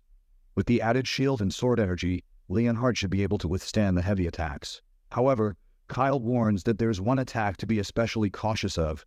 When the Minotaur becomes enraged and charges like a bull, it initiates a whirlwind attack. Kyle advises Leonhardt to dodge this attack entirely, because even the strongest shield won't hold up against it. He suggests luring the Minotaur to the outskirts while dodging its attacks as much as possible. Once the Minotaur's whirlwind attack stops, the monster will be exhausted and dazed, and that's when Leonhardt should unleash his attack. Leonhardt acknowledges the instructions, and Kyle turns to Ursula. He tells her to cast buffs on him and Leonhardt before the battle starts. Since this is her first real fight, he suggests that if she gets scared, she should hide behind a rock. However, Ursula confidently replies that she's not scared. But the real issue is that she hasn't fully mastered spirit magic. Despite that, she is determined to support Kyle and show the results of her training. Kyle is quite impressed by her resolve and agrees to let her join the battlefield, but warns her not to overdo it. He advises her to always maintain a safe distance and retreat if she feels like the situation is getting too dangerous. He further explains to her that as the party's healer and buffer, her most important role is not protecting him, but ensuring her own safety. He reminds her that as long as she stays safe, they will have plenty of chances to succeed. In essence, she holds both his and Leonhardt's lives in her hands. Ursula is quite moved to realize how our boy is putting so much faith in her, which makes her blush as she promises to carry out her tasks. Leonhardt, on the other hand, stands quietly and could not help but to notice how much Kyle knows. From the location of this hidden dungeon to the importance of a healer and the specific strategies to defeat the Minotaur, these are things one only learns through actual experience. Leonhardt can't resist asking Kyle directly how he seems so knowledgeable about dungeon raids despite this being his first time entering one. Kyle is caught off guard by his knight's question and struggles to come up with a convincing response. He mentally curses himself for acting like he knows too much, forgetting that he's supposed to be a 13-year-old kid. He realizes that, despite any magical genius he might have, it would be unusual for someone his age to have such extensive knowledge about dungeon raids. Eventually, he comes up with an excuse, claiming he learned some basic tips during the goblet hunt when dealing with the ogre. Leonhardt finds this explanation hard to believe, questioning how Kyle could have learned about the Minotaur's traits and attack patterns from knights who were struggling with ogres. Well, it seems like our boy is not getting anywhere with his lame responses. He's unsure why his knight is pressing so many questions and fears that Leonhardt might be close to discovering that he's not the real Kyle. He imagines a nightmare scenario where Leonhardt stands up in front of everyone and announces that this is not Kyle, but an imposter. Chaos erupts, and our boy can practically hear the crowd cheering as they pummel him with everything they've got. Then he pictures himself all tied up in front of his senior brothers, who are convinced that this brat must be possessed by a demon. They've been suspicious from the start, especially since he's changed so much in just a few days. The idea of being burned alive sends shivers down his spine, so he quickly blurts out that he read about it in a book. The knight still looks unsure and is trying to piece it all together, but Kyle tries to convince him that it's true, mentioning that he spent a lot of time in the library and, oh yeah, he might have secretly read some strategy books too. The knight is totally baffled, but then his expression shifts. He starts to admire his master again, saying that it all makes sense now. He points out how Kyle's been hitting the library often lately, studying like a man on a mission. He's impressed that his master didn't just learn magic, but also got the hang of monster strategies. Leonhardt is feeling incredibly proud watching his master grow.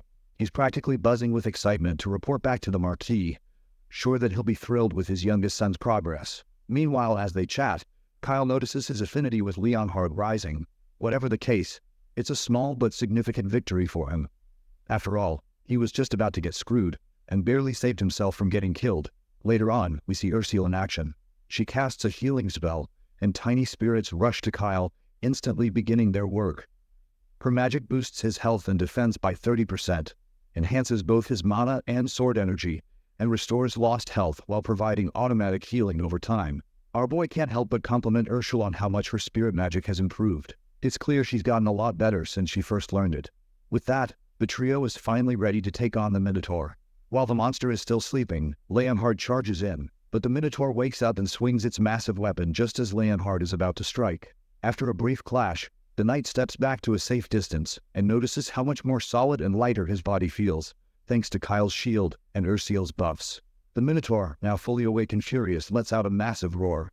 It demands to know who these intruders are and why they dared to disturb its slumber. With a menacing growl, it threatens to smash everyone into pieces if they're here to steal its treasures. But the Minotaur's loud mouth is quickly shut up by Kyle's crystal attack. But it only tickles the beast, which just makes it even more annoyed. Kyle just stands there with a smug grin, letting the Minotaur know that the real party has just begun. He then unleashes his ice lance, but the Minotaur blocks the attack with its massive weapon and growls in irritation. Leonhardt sees his chance and lands a solid slash near the Minotaur's throat, making blood pour out like a leaky shower. Kyle is totally pumped to see his knight in action and could not help but admire how badass his knight looks. Our boy then cheekily tells the Minotaur that Leonhardt is far more capable than he realizes. The Minotaur grows even more annoyed to hear this and lifts its giant weapon to crush Leonhardt. But Kyle uses Stone Shield just in time to block the attack. The poor knight, on the other hand, trembles under the Minotaur's massive weapon, thinking he was just a hair's breadth away from having his bones crushed. He's thankful Kyle used the shield spell at the perfect moment. Otherwise, his arms would have been shattered beyond repair. What really blows his mind is Kyle's ability to predict every move and cast spells at just the right moment, seamlessly leading the battle. Kyle's battlefield instincts and spellcasting are top-notch, and he's everything under control.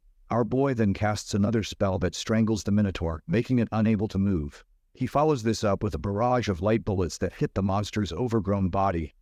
The Minotaur roars in agony from the sizzling hot shots, while Kyle stands there like a total gigachad. Both Urshiel and Leonhardt are left utterly bewildered by his incredible display of skill. Even the Minotaur can't help but give a nod to Kyle's mad skills. He's seriously impressed that a mere human has pushed him this far. But don't get it twisted. He's still got a grudge against humans and views them as nothing more than ants.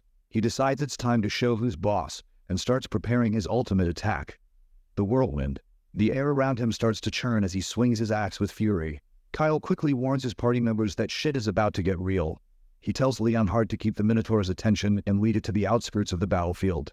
Leonhardt, ever the diligent knight, takes off like a shot, while Kyle makes sure to boost his knight's defenses, readying him for the storm that's about to hit. As Leonhardt gets closer to the Minotaur, he throws his sword at the beast from a safe distance. The Minotaur roars in anger, his rage reaching new heights as he charges after Leonhardt, who runs toward the outskirts, exactly as they planned. It's a high-stakes game of cat and mouse, with Kyle and his team playing their parts to perfection. Our boy starts a countdown from 30, and as he does, we flash back to his earlier advice to Leonhardt, which is to avoid the Minotaur's whirlwind attack and not face it head-on. After such a massive ability, the Minotaur would be exhausted and need a moment to catch its breath, and that's when they can strike back. Back in the present, there are only 5 seconds left before the Minotaur exhausts itself. Those 5 seconds feel like an eternity, as the monster almost brings its giant weapon crashing down on Leonhardt. Just as the final second ticks away, Leonhardt narrowly dodges the attack, escaping by a hair's breadth. He's absolutely terrified, amazed at how close he came to being hit by that massive weapon. Though he is also glad that his close call paid off, he's left wondering if it was all just a coincidence, or if Kyle had timed it perfectly from the start. Our boy then quickly uses another spell, summoning ice crystals that show the full extent of his magic's power. After throwing the crystals at the Minotaur, the beast is finally defeated, leaving behind only its giant weapon. After the battle is officially over, Urshiel is hard at work patching up Leonhardt's hand, and once he's healed, he thanks her for her support. Meanwhile, Kyle is over the moon about the treasure left behind, thrilled to claim it all for himself. The treasure pile is packed with valuable loot, starting with a staff that radiates an aggressive aura. This staff not only allows for slightly faster magic use, but can also store up to 3 spells. Stored spells can be used without consuming mana and have a maximum spell circle of the second.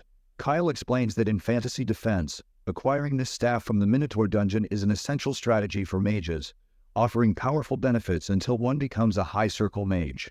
He's thrilled that this staff means he won't have to worry about his weaponry for a while. Leonhardt, meanwhile, eyes a sword he found among the treasure. At first glance, he can tell that it's clearly a high-quality blade with magical properties. No wonder the Minotaur was so protective of it. As he looks at the treasure, his mind flashes back to the proposition our boy threw toward him, which was about pledging loyalty, whether to the Marquis or to Kyle himself. Leonhardt is feeling guilty that he is being rewarded with such generosity from his young master, even though he can't even get himself to pledge loyalty to him. Urshiel is also feeling a pang of guilt for always receiving things from Kyle. She admits she wants to be of help to him, even if just a little, but she's unsure how she could ever repay him if she accepts such valuable loot. Kyle reassures her not to feel that way, emphasizing how much both she and Leonhardt have contributed to today's battle. But still, Leonhardt agrees with Urshiel, saying that the sword is too precious for him to use. Kyle sighs at their absurdity and tells them that the equipment isn't just a simple reward. He expects them to get stronger with this high-grade gear. He stresses that they need to enhance their combat power urgently, as they're short on time. This equipment is meant to help them significantly boost their abilities for the challenges ahead. He also acknowledges the rules about reporting and distributing high-grade dungeon rewards through proper channels, but he admits he doesn't intend to follow them this time. He wants to keep their newfound strength and the treasures secret from the rest of the family. He tells Urshil and Leonhardt that they're the only ones he can truly trust right now. He urges them to take the artifacts, improve their abilities, and be of help to him. In the face of looming darkness in the Seltarian family, he emphasizes that becoming stronger is crucial for their survival. After this serious conversation, Kyle decides it's time to start their journey to Enfeelim. His both friends acknowledge his words with a positive attitude, ready to embark on their journey and face the challenges ahead. A few days later, at the Enfeelim mansion in the Breadbasket region, chaos erupts when Count Frantel Neuron, the Lord of Enfeelim, discovers that the Seltarian Marquis family has arrived unannounced. In a state of shock, Frantel is shouting and rushing down the stairs, frantic to find out whether it's the first or second son who has shown up.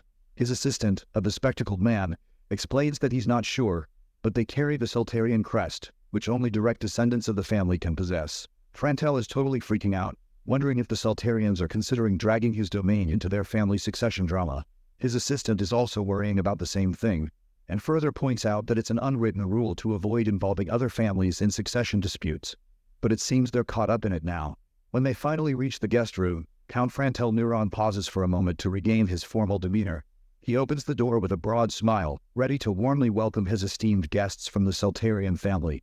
But his greeting gets caught in his throat when he sees Kyle sitting comfortably in the guest room, sipping tea and enjoying some delicacies. When Kyle sees the lord of the mansion, he promptly greets the lord and apologizes for the lack of advance notice. Frantel, on the other hand, exclaims in shock, asking who the hell even this boy is. But a real shocker comes to Frantel when he realizes that Kyle is the same good-for-nothing fourth son of the Seltarian family. He is so shocked that he even blurts this line out loud, but he quickly tries to cover his reaction with his hand, as Leonhardt, right beside Kyle, shoots him a glare that clearly says he's not impressed with the Lord's lack of decorum in front of his master. Our boy tries to diffuse the tension by saying it's all good and tells the Lord to chill out. He admits he was a troublemaker until recently, but says he's had a change of heart ever since he recovered himself from Hermimum. He's been reflecting on his past and wants to do better. Frantel is surprised by this news and asks if he really has overcome his illness. Our boy confirms, saying he's now forming a group to practice magic and hopes it will benefit the family. Frantel is struggling to process this because he remembers the youngest as a hopeless troublemaker, and he was the kind of kid even the Seltarian family had given up on. But seeing him now, he realizes he's different from the rumors. His eyes show no sign of confusion. He is also polite, and his posture is impeccable. Not to mention, our boy even has the admirable intention of helping the family, which leads Frantel to believe that the bad rumors he had heard about him must have been false. He beams with happiness as he realizes that Kyle is actually a good guy, contrary to what the rumors say. He then points out how proud our boy's father must be with his youngest son, and the reason for his father's happiness is that in generations of swordsmen, our boy is the only one who's managed to produce magic, making the future of the Seltarian Marquis family look incredibly bright. With the pleasantries aside, Frantel gets back to business. He's certain that Kyle didn't come all the way to Enfeelim just for a casual visit, so he asks what brings him to town. Kyle smirks at first, apologizes for the unannounced visit, and explains that the Marquis family is in a sensitive situation regarding a succession issue.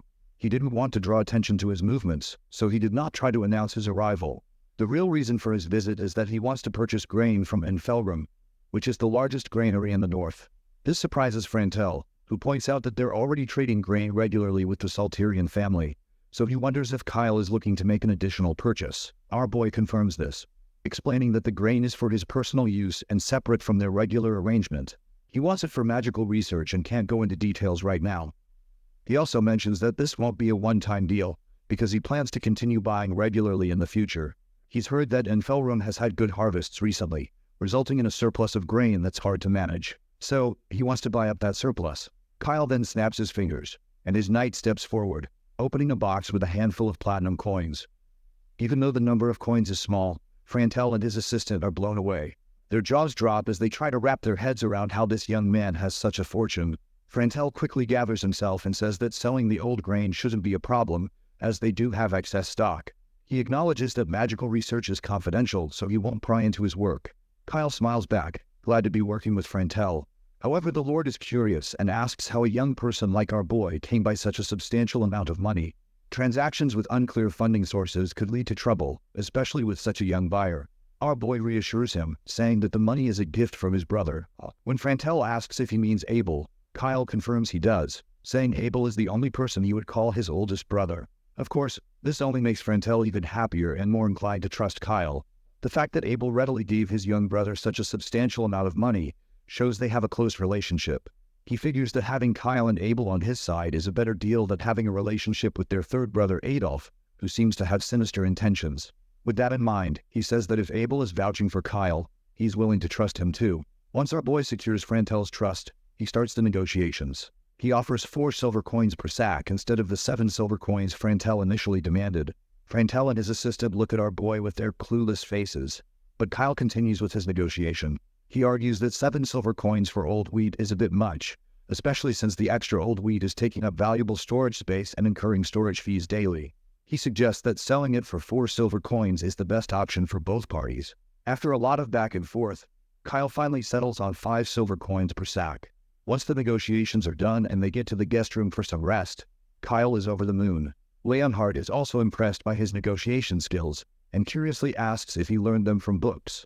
Kyle is caught off guard by this question and sheepishly says that the library has every book he could imagine. However, the truth is, he's picked up these negotiation skills from haggling in online marketplaces. The knight then asks how he plans to make money by purchasing grain.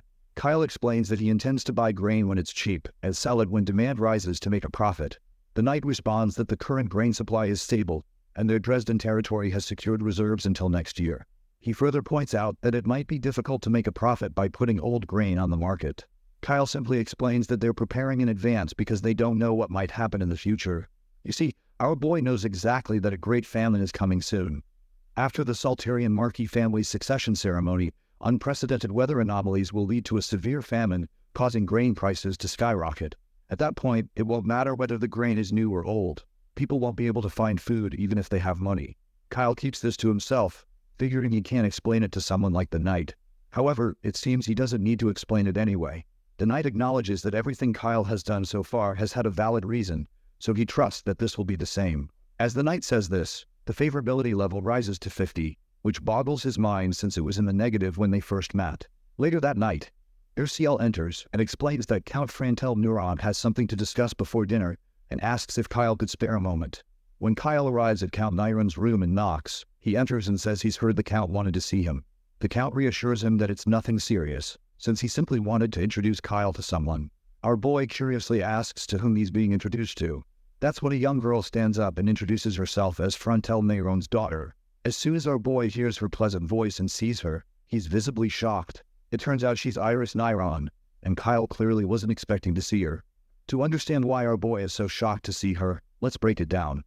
You see, Iris Nyron is not just any character. She's a total standout with her cute looks and top-tier magic talent. She's got a massive fan base in fantasy defense, especially in the early game when everyone's still leveling up. But with all the positives, there is a negative side as well, which is that she's super arrogant. Sure, she's beautiful, but she's also a bit of a tyrant, loving to step all over others and hating on anyone weak. She enjoys the luxury of being talented, but her personality was equally messy as well. Trying to get on her good side usually ends up with you broke, thanks to her gold-digging ways. As the game progresses, her shine starts to fade. With the rise of S and SSS class magicians, she finds herself abandoned by her fans. Currently, Kyle is stuck wondering if he should even recruit her to his side, especially since he's not keen on going bankrupt just to keep her happy. He pushes those thoughts aside for now and starts wondering why Count Neuron is introducing his daughter to him at this moment. The man, on the other hand, happily continues, mentioning that his daughter just turned 11 this year, so there's not much of an age gap since Kyle is 13. He's hoping they could become good friends. Then the Count adds that she's even studying magic these days. He insists he's not just saying this because he's her dad, she really does have great talent. Since Kyle is also learning magic, the Count figures they could learn from each other and have a blast together. My guy is a bit at a loss for words, especially since judging by the look on her face, it's clear she's not exactly eager to make friends, even though her dad is pushing for it. Eventually our boy greets her, introducing himself as Kyle Saltharian, the 4th son of the Marquis of Saltharian. He's trying to be smooth, looking forward to their time together. Just as he says this, he activates his appraisal ability and quickly reads her stats.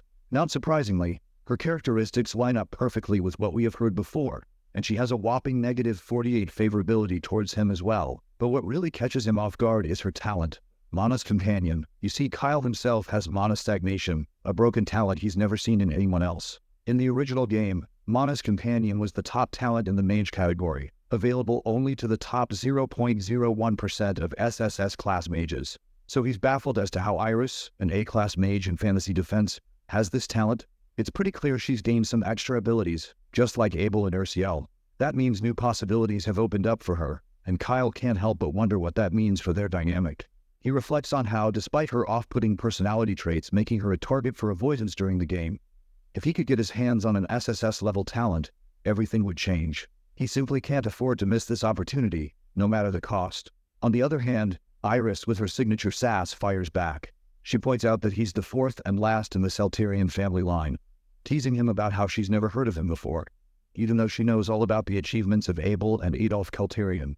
With a smirk, she claims she's already in the second circle while he's still stuck in the first. She wonders aloud what they should do about the power gap, acting like they're on completely different levels. Meanwhile, Kyle is doing his best to maintain a straight face, but inside, he's cursing her out. He can't help but wonder why she's like this, and wonders, did she really have to be such a twisted character ever since she was a kid? Kyle calmly replies that, yes, he's a first circle mage, and it's only been 3 months since he started learning magic. When Iris hears this, her eyes widen as she realizes he's reached the first circle in such a short time. She can't help but think that he is progressing way faster than him. Twice as fast, in fact. He then explains that he only started learning magic after turning 13. Iris reminds him, with a hint of sass, that he's late to the party, saying it's common sense to start learning magic at around 10 years old, at the very least. Kyle responds positively, agreeing that he did start a bit late. But in his head, he's comparing her to a feisty kitten. Her natural aggression in her tone makes the insults almost bearable. He decides to share a bit more, telling her he suffered from a hermetic illness and has just recently recovered from it. Iris is genuinely surprised to hear that Kyle has overcome his serious illness, and she blushes a bit, saying that's actually impressive. But she quickly snaps out of it, defensively insisting that she's not admiring him for that or anything. Her father then reminds her that overcoming such an illness typically requires extraordinary magical power, or the potential to become a great knight. The fact that Kyle managed to conquer it at just 13 years old is pretty remarkable. He explains that Kyle is only going to get stronger as he continues to grow. He suggests that Iris should study with him, hoping they can learn from each other and positively influence one another. Iris, however, stays adorably stubborn. She reminds her father that our boy is still in the first circle, so she's not quite sure what she could learn from someone in a lower circle than her. Meanwhile, Kyle stands there with a smile plastered across his face, thinking about how her characteristic contempt for the weak is kicking in. She's underestimating him, assuming he's actually weaker. He thinks to himself how her personality is a bit problematic, and he figures he might need to help her fix that bad habit. Finally, he decides that Iris Mayron is the third talented person he wants by his side. To impress her a bit, he tells her not to judge a book by its cover. He steps closer and confidently says that he'll prove he's not weaker than her, and once he does, she won't be able to ignore him anymore. Iris starts blushing when she sees Kyle so confident, and she can't help but be a bit wavered by his demeanor. She then quickly asks how he plans to prove his strength. In response, Kyle invites her to a duel, saying that if he loses, he'll admit she's stronger. But before he can finish talking, she cuts him off, insisting she'll take the challenge, and adds with a smirk that if she wins, he'll have to get on his knees and lick her feet. Well, not gonna lie, this doesn't sound half bad either. Her father, however, looks utterly shocked, trying to figure out where she picked up such a bizarre kink. Iris sheepishly admits she read it in a romance novel. Her father starts shouting at her, demanding to know what kind of twisted romance novels she's reading. He quickly prohibits any more books and bans her from reading them again. As Iris's eyes start to well up from her dad's yelling, Kyle steps in and assures them that it doesn't matter what the challenge is. If he loses, he'll accept it, even if it means licking feet or toes. This only freaks her father out even more, while Kyle makes it clear that if he wins, she will have to accept him as her teacher. He also tells her to promise that she will never look down on anyone weaker or of lower status. Iris pauses for a moment but eventually agrees, cockily claiming she won't lose to someone in the first circle who just started learning magic. With that, she stomps out of the place, full of confidence, while her father claims that her personality is quite problematic. He explains that it's because she was raised by a family that's always been proud of her since she was little. He worries that if she continues growing up this way, she'll become increasingly hated by the world. making it harder for her to get along with others. Right now, she doesn't have any friends her age, and it's true that her reputation in social circles isn't great. Our boy is amazed to see that despite being a doting father, he's fully aware that his daughter is a problematic child. It makes him respect the Count a little more, realizing he's not just overlooking her flaws. The Count then highlights how Kyle had a stormy childhood himself, wondering if that's why he can understand Iris's mindset and actions. He believes it would be beneficial for her to experience defeat once in a while, so he gives our boy full permission to not hold back and teach her the harsh lessons she deserves. When Kyle hears this, he can't help but smile. Now he has the parents' permission to teach her a lesson, and he's looking forward to it. Meanwhile, Iris is still stomping down the halls, muttering to herself about how he can't teach her anything when he's only at the first circle. She's feeling pretty annoyed. But then her mind flashes back to that recent heart-pounding moment they shared, and she can't deny he's actually a handsome guy. Still, her arrogance kicks in, and she stubbornly tells herself he's just a first circle mage, determined to make him lick her feet no matter what. Oddly enough, despite her attitude, her favorability towards Kyle starts to rise. I guess that's just how tsundere characters work. A while later, our boy returns to his room, and Leonhard points out that Count Neyron's introduction of his daughter likely has another intention behind it. His master asks him what he means by that, and the knight reminds him that even though she's only 11, it's an age suitable for discussing marriage proposals. Plus, the age difference with our boy isn't that big. This sends a chill running down Kyle's spine, and he yells at Leonhard for even thinking about him getting married to an 11-year-old. Leonhard calmly reminds him that nobles usually marry earlier than commoners, so it's not uncommon to get engaged in their early teens. My guy feels like he's about to puke as he finally realizes why Count Neyron was so eager to introduce his daughter to him. Leonhard even tells him not to go too hard in tomorrow's duel, suggesting that they never know what might happen between the two of them in the future. He adds that while Iris may be a bit arrogant, she's still just a young lady. Kyle, with a devilish grin, declares that if Iris's father is trying to set him up for marriage, then he needs to crush her even more thoroughly. He makes it abundantly clear that with the kind of attitude she has, there's no way he's going to marry her. Absolutely not. He refuses. Period. Instead, he decides he'll use all his strength to fix her twisted personality. Suddenly, Erciel perks up at the mention of marriage and proposals. Judging by the look on her face, it's obvious she doesn't want to see Kyle marrying Iris. The next day finally arrives, and the rules for the duel are laid out. It's a one-round match, using magic to subdue the opponent without causing any serious harm. Leonhard adds that if things get dangerous, he won't hesitate to intervene. He then asks both of them if they agree to the rules. Kyle then gets sassy and pointedly reminds Iris that since his knight will be the referee, does she have any objections? The girl keeps her usual nonchalant attitude, simply replies that she has no problem at all. Iris explains that Sir Leonhard is a famous high-level expert knight and well-known in the Enfilum, so she knows he won't give a biased judgment. With that, Leonhard finally decides to begin the duel. Iris strikes her pose and quickly unleashes a fiery attack toward him. Kyle just smiles in response, impressed by how fast her incantations are.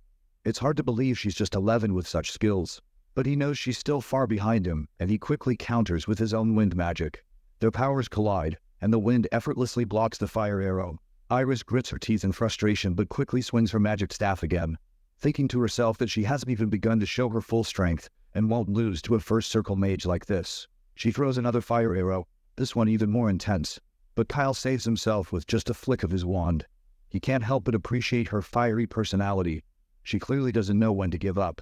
Her magical power is quite impressive for her age, but he's determined to teach her a lesson. Kyle raises his hand and throws a lightning attack known as Magic Missile, a spell that combines both lightning and his wind powers. Count Neyron watches in shock, realizing that his potential son-in-law can perform double casting, which is a refined technique that's almost unheard of for a first circle magician. Iris sees the lightning attack heading straight for her, and quickly raises her shield to block it. But her shield is dispersed almost instantly, and before she knows it, Kyle is standing right in front of her, wand in hand. Leonhard declares our boy the victor, and as my guy walks away with a satisfied smile on his face, he can't help but feel a sense of triumph. But this arrogant girl, on the other hand, is struggling to accept that she just lost to a first circle magician. To save her face, she claims that it was just pure luck that he won because she was just in a bad condition for a moment. So she stubbornly demands a rematch to prove her point. Kyle quickly agrees to the rematch, but he makes it clear that the results won't be any different, no matter what. After a while, they face off again, and this time Iris loses once more, falling to her knees in exhaustion. It's now the 5th round she's lost, and honestly, it feels pretty brutal for someone as arrogant as her. He gently informs her that no matter how many times she tries, The results stay the same. He tells her to just end it here since she's probably out of magical power by now. As reality sinks in her mind, Iris starts to feel the heat of her defeat and begins to cry like a child. Count Neyron gets anxious and worried for her. It's not surprising, really. Despite her arrogance, she's still just a child after all. Even Kyle starts to feel a pang of guilt, thinking about how he's made a girl cry. He didn't want it to come to this, but he knows it's a necessary lesson for her. That night at Count Neyron's mansion, Kyle finds himself staring at the fancy clothes the Count provided for the banquet. Looks like he's not really feeling the whole dressing up vibe. Leonhardt, his knight, chimes in, reminding him that even though it's a small family gathering, it's still a formal occasion, and it's best to dress appropriately.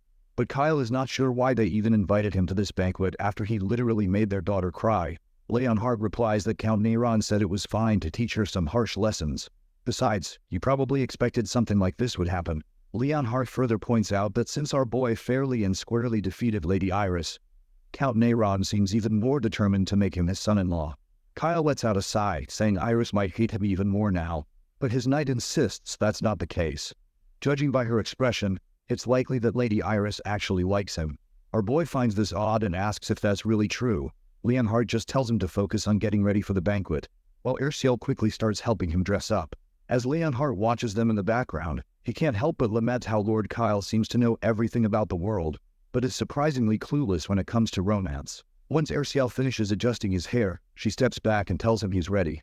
When we take a full look, my guy absolutely looks like a lady killer. Both the knight and the maid perk up, impressed by how handsome he looks. With that settled, Kyle decides it's time to head out since they're all ready. After getting ready for the event, Kyle finally arrives at the main mansion, where he's warmly welcomed by other guests of his age. A guy with brown hair introduces himself as Myers, while the one with purple hair says he's the second son of the Neyron family.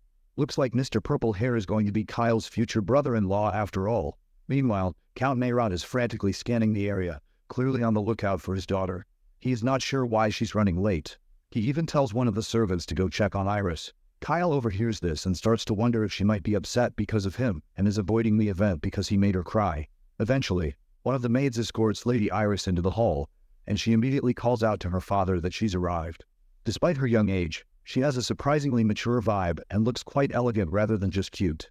But she quickly gets flustered, like any young lady would when she spots Kyle, who is also looking every bit the lady killer. She approaches him, and Kyle immediately starts thinking about how he expected her to cry and sulk. But contrary to what he thought, here she is, which is quite surprising given her nature. Meanwhile, Iris's head is swirling with her own thoughts. She didn't expect him to look this handsome. I mean, she knows he's good-looking, but the riz and aura he has is just otherworldly, especially in the clothes he's wearing. Finally, the Count Neyron tells everyone to take their seats and start dinner. Count also makes sure that Kyle sits right next to his future wife.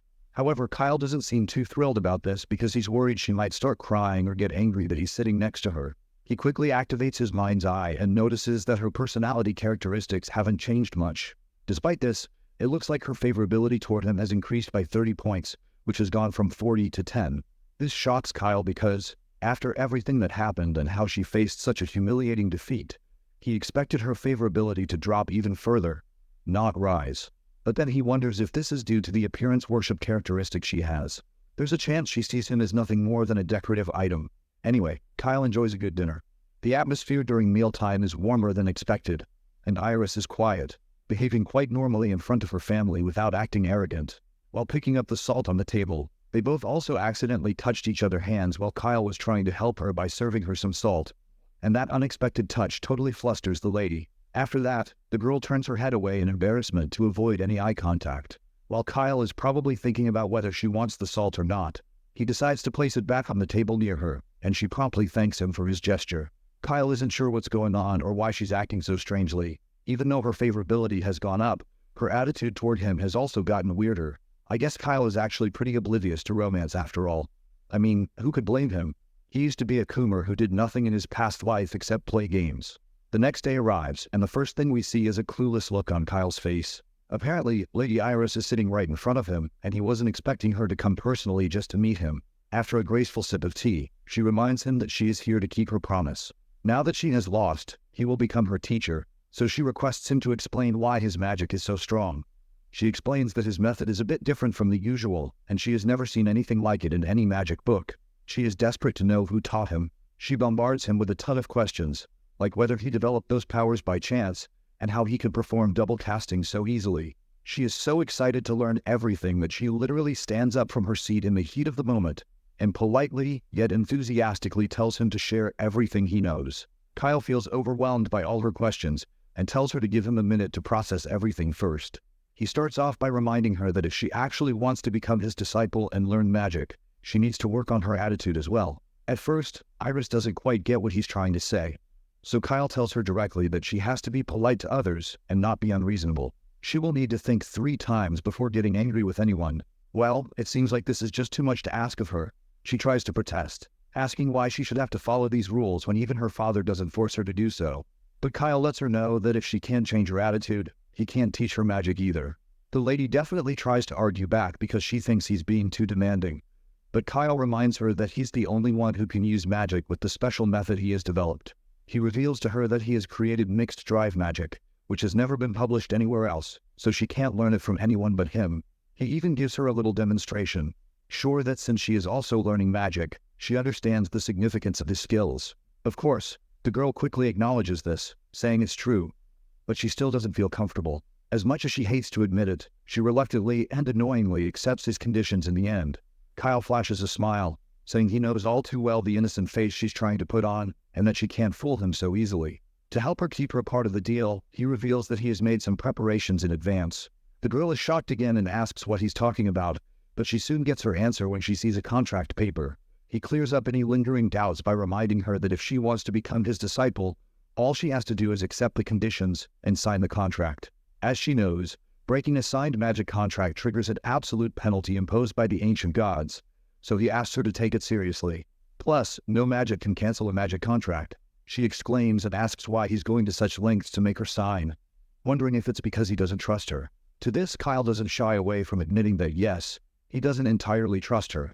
You see, Kyle is convinced that if her attitude problem could have been fixed with just words, it wouldn't still be an issue after 11 years. It's a tough trait to change, and he wouldn't have gone through all this trouble if it were an easy fix. He further tells her that this magic contract was originally given to him after the duel. Yesterday, her father came to Kyle, requesting him to teach his daughter well. After seeing Kyle's skill firsthand, he was certain that only our boy could get through to her.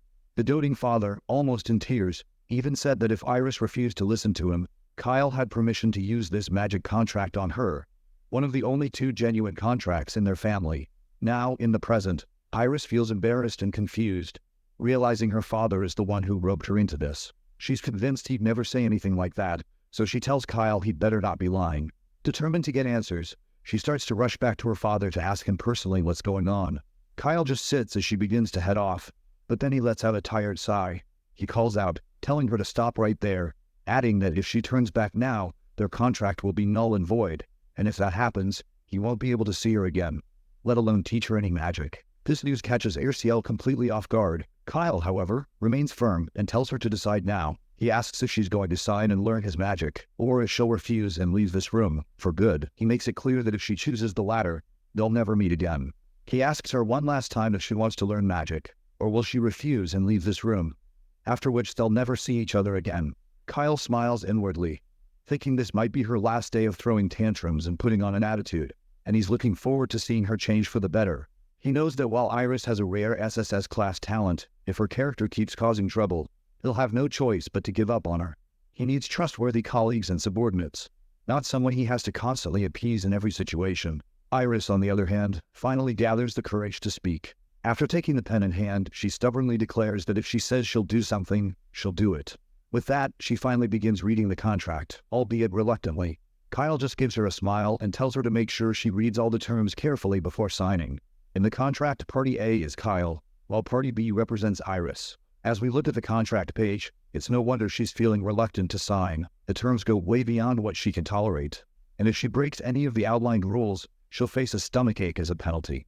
The girl asks if stomach aches are really necessary, to which Kyle just smiles and says a little stomachache won't be so bad. Even Iris seems a bit surprised by this. She expected the penalty to be more dangerous, but this is actually something she thinks she can handle. So, eventually, she agrees to the terms, figuring that since the pain won't be severe, she doesn't have to worry too much about following everything strictly.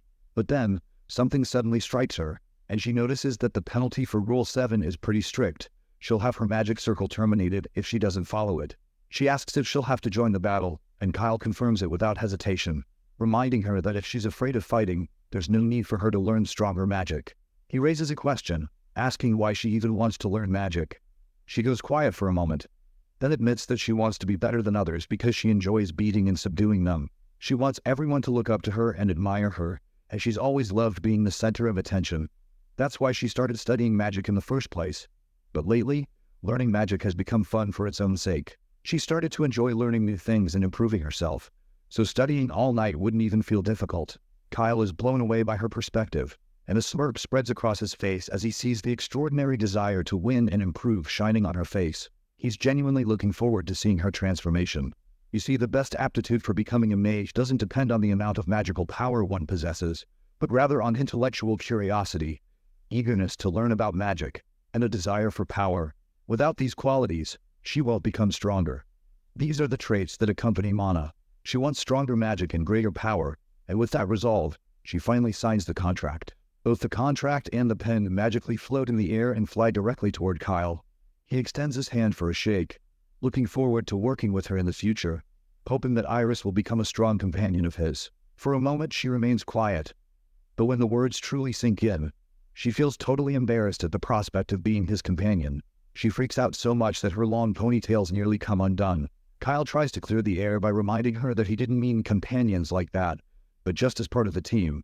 However, Iris tells him he should have chosen his words more carefully. Now that they're done, she abruptly leaves the room, and it seems this clueless guy still has no idea why she acted that way. Even his knight standing behind him gets it, thinking Kyle could stand to be a bit more careful with his words, especially with a face as handsome like his. And then there's Ursiel, who doesn't look too thrilled about the new competition in this unrequited love. Later that night, Ursiel bluntly asks Kyle if he's planning to marry Iris. Of course, this unexpected question nearly chokes him, and he exclaims, asking what in the world she's talking about. He reminds her that Iris is only 11, and he himself is just 13. They're not even at the age to think about marriage. It seems Kyle still has no clue why Ursiel would ask him such a question, and he just wonders why everyone is so eager to get him married off so young. Ursiel then asks if he's really not thinking about it, to which he responds that he is not. Besides, he has way too much work to do right now. Meanwhile, in the back of his mind, he's thinking about how the world could end soon, and he doesn't have time for dating or marriage. So he simply tells this curious girl that he'll think about marriage and stuff like that after he's at least 18. Ursiel acknowledges this, then casually mentions that her mother is a beautiful woman, so she's sure she'll grow up to be beautiful too. With that, she dashes off, wishing him a good night. Kyle, left behind, feels both embarrassed and flustered, wondering why she would even bring something like that up. Kyle thinks about how kids in this era seem a bit more mature. Even Ursiel seems to be concerned about marriage already. He feels flustered as he considers that she's already quite pretty, but she'll likely become even more beautiful as she grows up.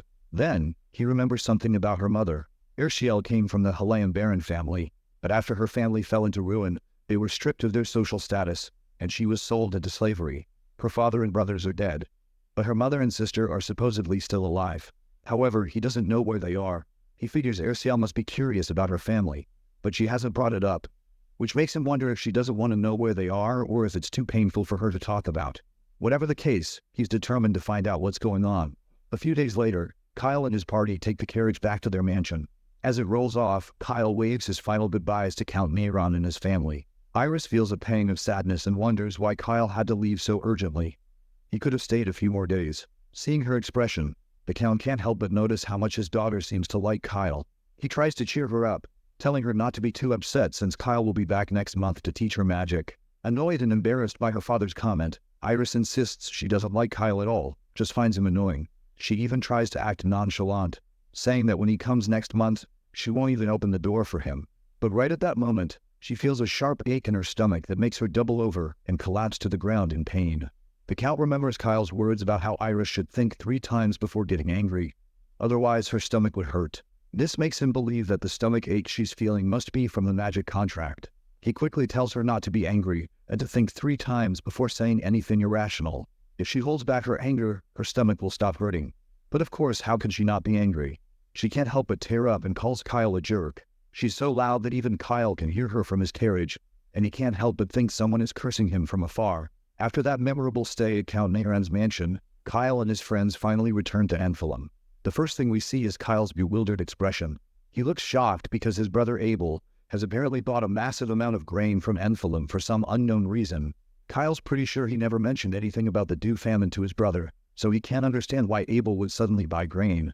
Abel explains that after listening to his little brother, he just had a strong gut feeling about it, so he decided to buy some too. When Kyle asks how much he bought, Abel gestures with his fingers, though it's hard to make out exactly what Abel is trying to say since the scene is blurred.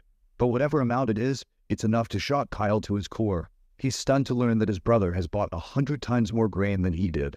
Abel just says he had a feeling that the more he bought, the better it would be. Abel further reassures Kyle that even if he ends up suffering a loss on the grain, he won't blame his little brother since the decision to buy all that grain was entirely his own.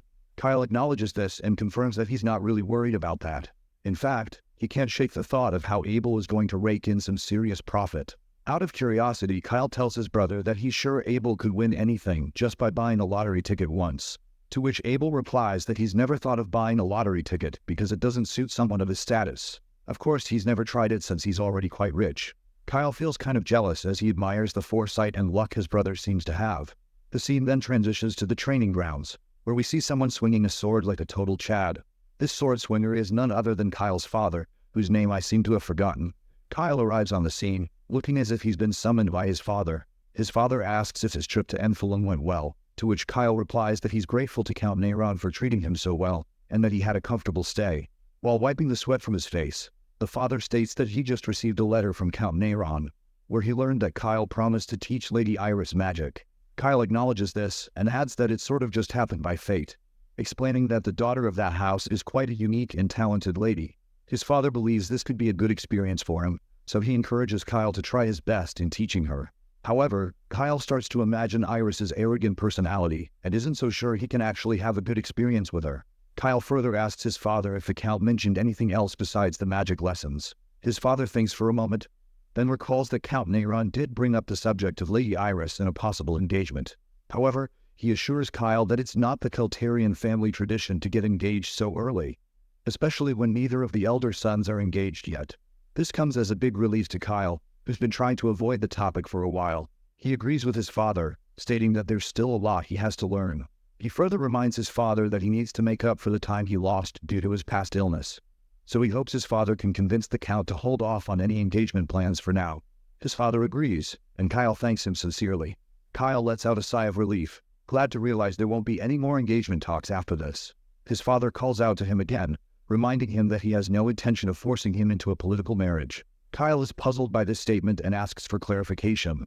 His father then explains that he was never officially married to Kyle's mother, and it wasn't due to her low status, but rather because she never intended to marry him. She went along with it, had children, but never formalized the marriage. Kyle's father tried to ask her about her reasons and reassured her that he didn't care about her social status, emphasizing that there wouldn't be any issues since she was going to give birth to the successor of the Keltarian family. He mentioned that even his subordinates supported his decision to marry her. However, Kyle's mother told him that she had been the late Marchioness's maid and wished to apologize to the former Marchioness. She expressed that she didn't think she could face the two young masters, who had just recently lost their mother. It seems like Marchioness was the former wife of Kyle's father, and that Abel and Adolf belonged to her. This explains why Kyle has white hair, while his older brothers have blonde hair. Marquis then tells his son that he loved his mother, which is why he was born. He advises Kyle that when choosing a spouse, he might consider the family's benefits, but he doesn't necessarily need to worry about differences in status. His father promises to support him in any case, no matter what. He assures his son that he means it. Whatever decision Kyle makes, he will be by his side to support him. All this talk leaves Kyle speechless, as it was totally unexpected from the Marquis. He wonders if the Marquis actually has a doting father's heart after all, and if he feels some sympathy for him. However, this can't be true, because the youngest child is usually never considered a candidate for succession due to their lack of influence. If the youngest child marries the daughter of a powerful family and gains great influence, there is a high possibility of conflict arising over succession. His father is a man who values lineage success above family relations, and until the succession structure is completely stabilized, Kyle wants to avoid getting into trouble. Now, he understands that this is what his father is concerned about. Kyle finally agrees with his father and tries to brush it off by saying that since he is young, he doesn't know much about complicated matters. For now, it's important to remain as the harmless youngest child. By the way, I finally remembered that our boy's father's name is Renton. Anyhow, Kyle asks if he has permission to leave since they've discussed everything he came for, and he needs to go study at the library. When Remton gives Kyle permission to leave, our boy begins to stride out of the place promptly. As Remton watches Kyle leave, he reflects on how quickly his son changed the subject when his mother was mentioned. What bothers him even more is that Kyle doesn't even call him father. He pulls out a pendant, and as we take a closer look, we see a photo of Kyle's mother, Aisha. Gazing at her image, Remton wonders if she too harbored resentment toward him. Meanwhile, as Kyle walks through the quiet corridor, he replays his father's words about supporting him in his mind. For a brief moment, he considers whether Remton might actually care about him. But just as he is thinking it through, he snaps back to reality, suddenly remembering he forgot to tell his father about the loot he got from the dungeon. He completely overlooked it because of the topic his father brought up. Kyle wonders if he should go back and share everything. But the thought of talking to his father again leaves him hesitant. He had instructed Leonhardt not to inform the Marquis about the dungeon until Kyle reported it himself. And now our boy is curious to see if Leonhardt will honor his word or prioritize his loyalty to the Marquis. Still uncertain about whether he should report to his father or handle the matter on his own. His mind is conflicted between heading to the library or talking about the dungeon. As he wrestles with these thoughts, he unexpectedly bumps into someone. The man Kyle collided with apologizes, but as this newcomer takes a closer look, he realizes it's Kyle. It doesn't take long for Kyle to recognize that the person in front of him is Duke Seltarian, the third son of the family. Kyle finds it amusing that just as the topic of their mother comes up, he coincidentally runs into his third brother. He can't help but notice how much taller the third son has gotten since the last time they met. Even though Duke is only 2 years older than Kyle, he still is in much better shape. Kyle figures it must be due to the training he's received as a knight from a young age. He's heard that the third son became a junior officer not long ago. The big bro Duke then promptly asks Kyle why he's here, given that their father has explicitly instructed him not to approach the main building. Kyle explains that he was released from detention by their father's decision after he recognized his achievements in serving the citizens. Duke is clearly unsure of what that means, so he bluntly asks Kyle what he's planning to cook next, and what kind of trouble he's trying to stir up by pretending to be mature this time. Well, there you go again. This guy seems like a big bully, bro. To understand why the third son seems so hostile toward Kyle, we learn that the Duke resented his little brother, Kyle, who was 2 years younger, and always caused their mother, Aisha, constant worry. Her health declined from the stress of fearing that Kyle might die young. One day, while the Duke was grappling with guilt over their mother's coldness, Kyle stormed in and casually asked why their mother was so quiet. That's when the third son broke the news to him that their mother had passed away. Kyle, who had been spoiled and somewhat insensitive back then, just chuckled in response, remarking that he never thought she'd die before him. This infuriated the third son, who lashed out, pinning Kyle to the wall and yelling at him for speaking so carelessly about someone who had cared about him for so long. The Duke blamed Kyle for their mother's death, but Kyle got angry and jerked his brother's hands away in order to free himself. He made it clear that if their mother died because of him, then whose fault was it that he could die at any moment? He believed it was somewhat his mother's fault for bringing him into the world with this kind of body. The Duke's patience wore thin, and he punched Kyle hard in the face, sending him crashing to the ground. He called Kyle worse than an animal and said that he had only held back all this time because of their mother, but he wouldn't let Kyle cross any more limits now. With that, he decided to walk away after stating that he does not have any younger siblings anymore. In the present moment, Kyle finally understands why the Duke hates him so much, and he is sure that this kind of conflict won't be resolved easily. The Duke continues his taunts, calling Kyle out for pretending to be mature. He tells him to just get lost and never come back to the main building again. Even though Kyle understands the reasons behind his brother's hostility, he isn't going to act like a punching bag for his insults. So, he responds to his big brother by saying that since the head of the household has officially released him from his confinement and allowed him to enter the main building, what the Duke is demanding is basically a challenge to the authority of the house's head. To drive his point home, Kyle asks if the Duke's orders are more important than those of the head of the household. This remark not only silences the Duke for a moment, but also annoys him to no end. He balls out his fist in frustration, ready to hit Kyle, but his attempt fails when Adolf suddenly appears and grabs the Duke's hand mid-air before it can connect with Kyle's face. Kyle is shocked to see Adolf here because he didn't even notice him coming. Meanwhile, the Duke looks completely bewildered at his big brother's sudden appearance. Adolf tells the Duke that hitting young people isn't fitting for someone like him, especially not in the main building where their father is present. The third son's eyes well up with fear, and he doesn't waste any time before apologizing. But Adolf tells him to apologize to Kyle, not him. Not surprisingly, the Duke refuses to apologize to Kyle. After offering a half-hearted apology to his big brother again, he decides to take his leave, leaving Kyle in silence. completely confused about what just happened. Adolf reflects on how stubborn the Duke is and wonders who he takes after to be that way. Meanwhile, Kyle can't help but shoot dubious looks at Adolf for conveniently popping up out of nowhere, making him wonder if Adolf had been watching them from afar all along. Anyhow, Adolf asks Kyle if he's hurt anywhere and assures him that the Duke doesn't usually act like that. Kyle acknowledges this and admits he has made a lot of mistakes in the past, so it's understandable that the Duke doesn't believe him. That's when Adolf puts his hand on Kyle's tiny shoulder and leans in closer to whisper in his ear that he trusts his little brother. Kyle thanks his big bro outwardly, but inwardly, this is exactly what he wanted to hear. Adolf then reveals that the Duke has been learning swordsmanship from him lately, but no matter how much the Duke trains, his skills don't seem to improve. It's like he's reached his limit due to his average talent and aura. With that said, Adolf reminds Kyle that he's a mage who has overcome his Hermamu disability and is now on a completely different level than the average Duke. The fact that Adolf is saying all this shows he finds Kyle more interesting and wants to teach him swordsmanship instead of the Duke. He suggests that since the Duke and Kyle don't get along well, he can teach them separately. Kyle is surprised to hear that the Duke is learning swordsmanship from Adolf, but he can also sense that Adolf intends for him to clash with the Duke, and he sees right through it. So Kyle just laughs it off, saying he's still only in the first circle and has a lot more to learn in the future. For now, he wants to head to the library, so he takes his leave. As he walks, he still wonders why Adolf is interested in teaching an average person like Duke anything. You see, Adolf is definitely not the type to take good care of his younger brother, and there's no reason for him to go through all that trouble just to provoke Kyle. In the Fantasy Defense's original storyline, the Duke doesn't survive any of the routes after the rebellion. And was it just a coincidence that Adolf killed the Duke in every route? It seems unlikely. This makes Kyle certain that the Duke might be hiding a secret he doesn't know about. The scene then transitions to the beautiful countryside, a serene place where I wish to live my life. There, we meet Leonhard in casual clothes, carrying a parcel with him, to find out what he's doing away from the mansion. The scene flashes back a bit to when he had a conversation with Remton. He reveals to his senior that Kyle did well in Enfilum. Remton acknowledges this, and reflects how this report also matches what Count Neyron mentioned in his letter. He then asks Leonhard if anything else interesting happened on the way there, or during the return to the mansion. The knight goes quiet for a moment, hesitating to respond. He remembers the promise he made with Kyle about keeping the dungeon and the loot a secret for now, so he responds accordingly that there wasn't anything else noteworthy either. They only encountered a few low-level monsters, but they were not that threatening.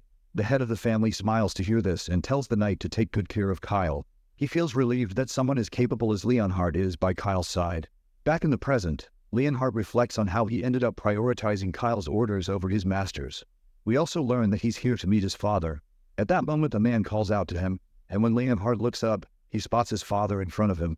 Once they both sit down to catch up, his father asks how long he'll be on vacation this time, to which Leonhard replies that he'll be free for about half a day. His father is not really thrilled to hear this, since it's been forever when they spent time together. Leonhard responds that he'll come whenever he has time. His father then mentions that he's heard a rumor that the little young Master Kyle has suddenly matured a bit these days. This unexpected question startles Leonhard at first, but he quickly agrees with his father, claiming that Kyle has indeed become much more dignified lately. He further mentions that he didn't expect to end up escorting Kyle for this long. Initially, his plan after escorting Lord Kyle once was to return to the Knights of the Keltarian and continue his work. His father looks at him and can read the confusion on his face, so he tries to open up. He asks his son if his thoughts have changed since then. To this, Leonhard admits he's not quite sure what he wants to do. His mind then wanders back to a time when Kyle decided to provide him with a new sword. Kyle tells him that the sword he used before was too weak to handle the aura of an upper-level expert knight. If he poured everything he had into it, the sword would break, so he always had to suppress his aura to some extent. Leonhard asks how he knows about this, to which Kyle replies that he has studied similar topics because mages need a basic understanding of not only magic, but also aura. The truth to be told, our boy learned all this after playing this game all day. Kyle then further states that Leonhard has been lacking a new sword for quite some time now. Since he was busy with his guard duty all the time, he didn't get the chance to get a new one, so Kyle always felt bad about that. But now that Leonhard has a new sword, he feels quite relieved. Leonhard is rendered speechless in response, and quickly assures Kyle that even if what he said is true, he shouldn't feel bad just because of him. But Kyle wins over Leonhard's heart even more when he flashes a smile and expresses how deeply he cares about his knight. Those words, "my knight," strike a deep chord with Leonhard, as he'd never heard anything so heartfelt from a Marquis before. In the present, Leonhard reflects on how Marquis Rempton has many loyal aides who have been by his side since his youth. Leonhard has always felt a bit left out, knowing he can't truly find his place among them, whether it's skill level or his bond with the Marquis. He feels he has nothing that compares to those around him. But that's when his father clears up his confusion, encouraging him to just do whatever he wants, and if he wants to stick with Kyle, he should gladly do so. His father reminds him of how it was the same when he joined the Knights Academy. Although they belonged to a baron family, they were nobles only in name. The family's circumstances weren't good back then, and they didn't have the luxury of hiring a proper swordsmanship instructor. However, when Leonhard turned 15, he took the entrance exam on his own, passed it, and became a knight. His father reminds him that the answer is already in his heart. He just hasn't been able to say it yet. He tells Leonhard to feel confident in whatever decision he makes, assuring him that the Marquis would understand the reasons behind his choice. Then his father asks if he's the only knight the Marquis has. Leonhard replies that there isn't a simple answer to that question, but he does agree that for Kyle, he is the only knight they have. Just as they're chatting away, they hook a fish, and it looks like they're going to have a good catch for dinner after all. Meanwhile, back at the mansion, the first thing we see is Adolf's shocked face when he learns that Abel came to recruit Kyle. He quickly tosses the book away he was holding and asks Kyle if he agreed to it, to which Kyle reassures him positively, saying if that were the case, he wouldn't have come here to report this news. Kyle feels annoyed at how Abel tossed the book aside like this, but he does not express his disapproval out loud.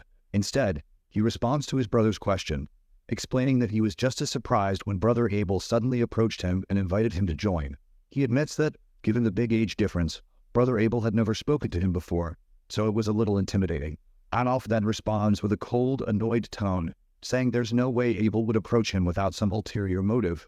He goes on, claiming that Abel has always been like that and never moves unless there's a benefit involved. He's sure Abel must have noticed Kyle learning magic, which is why he's now acting like an older brother. Adolf reminds Kyle that during the entire time he was sick, Abel never once came to check on him.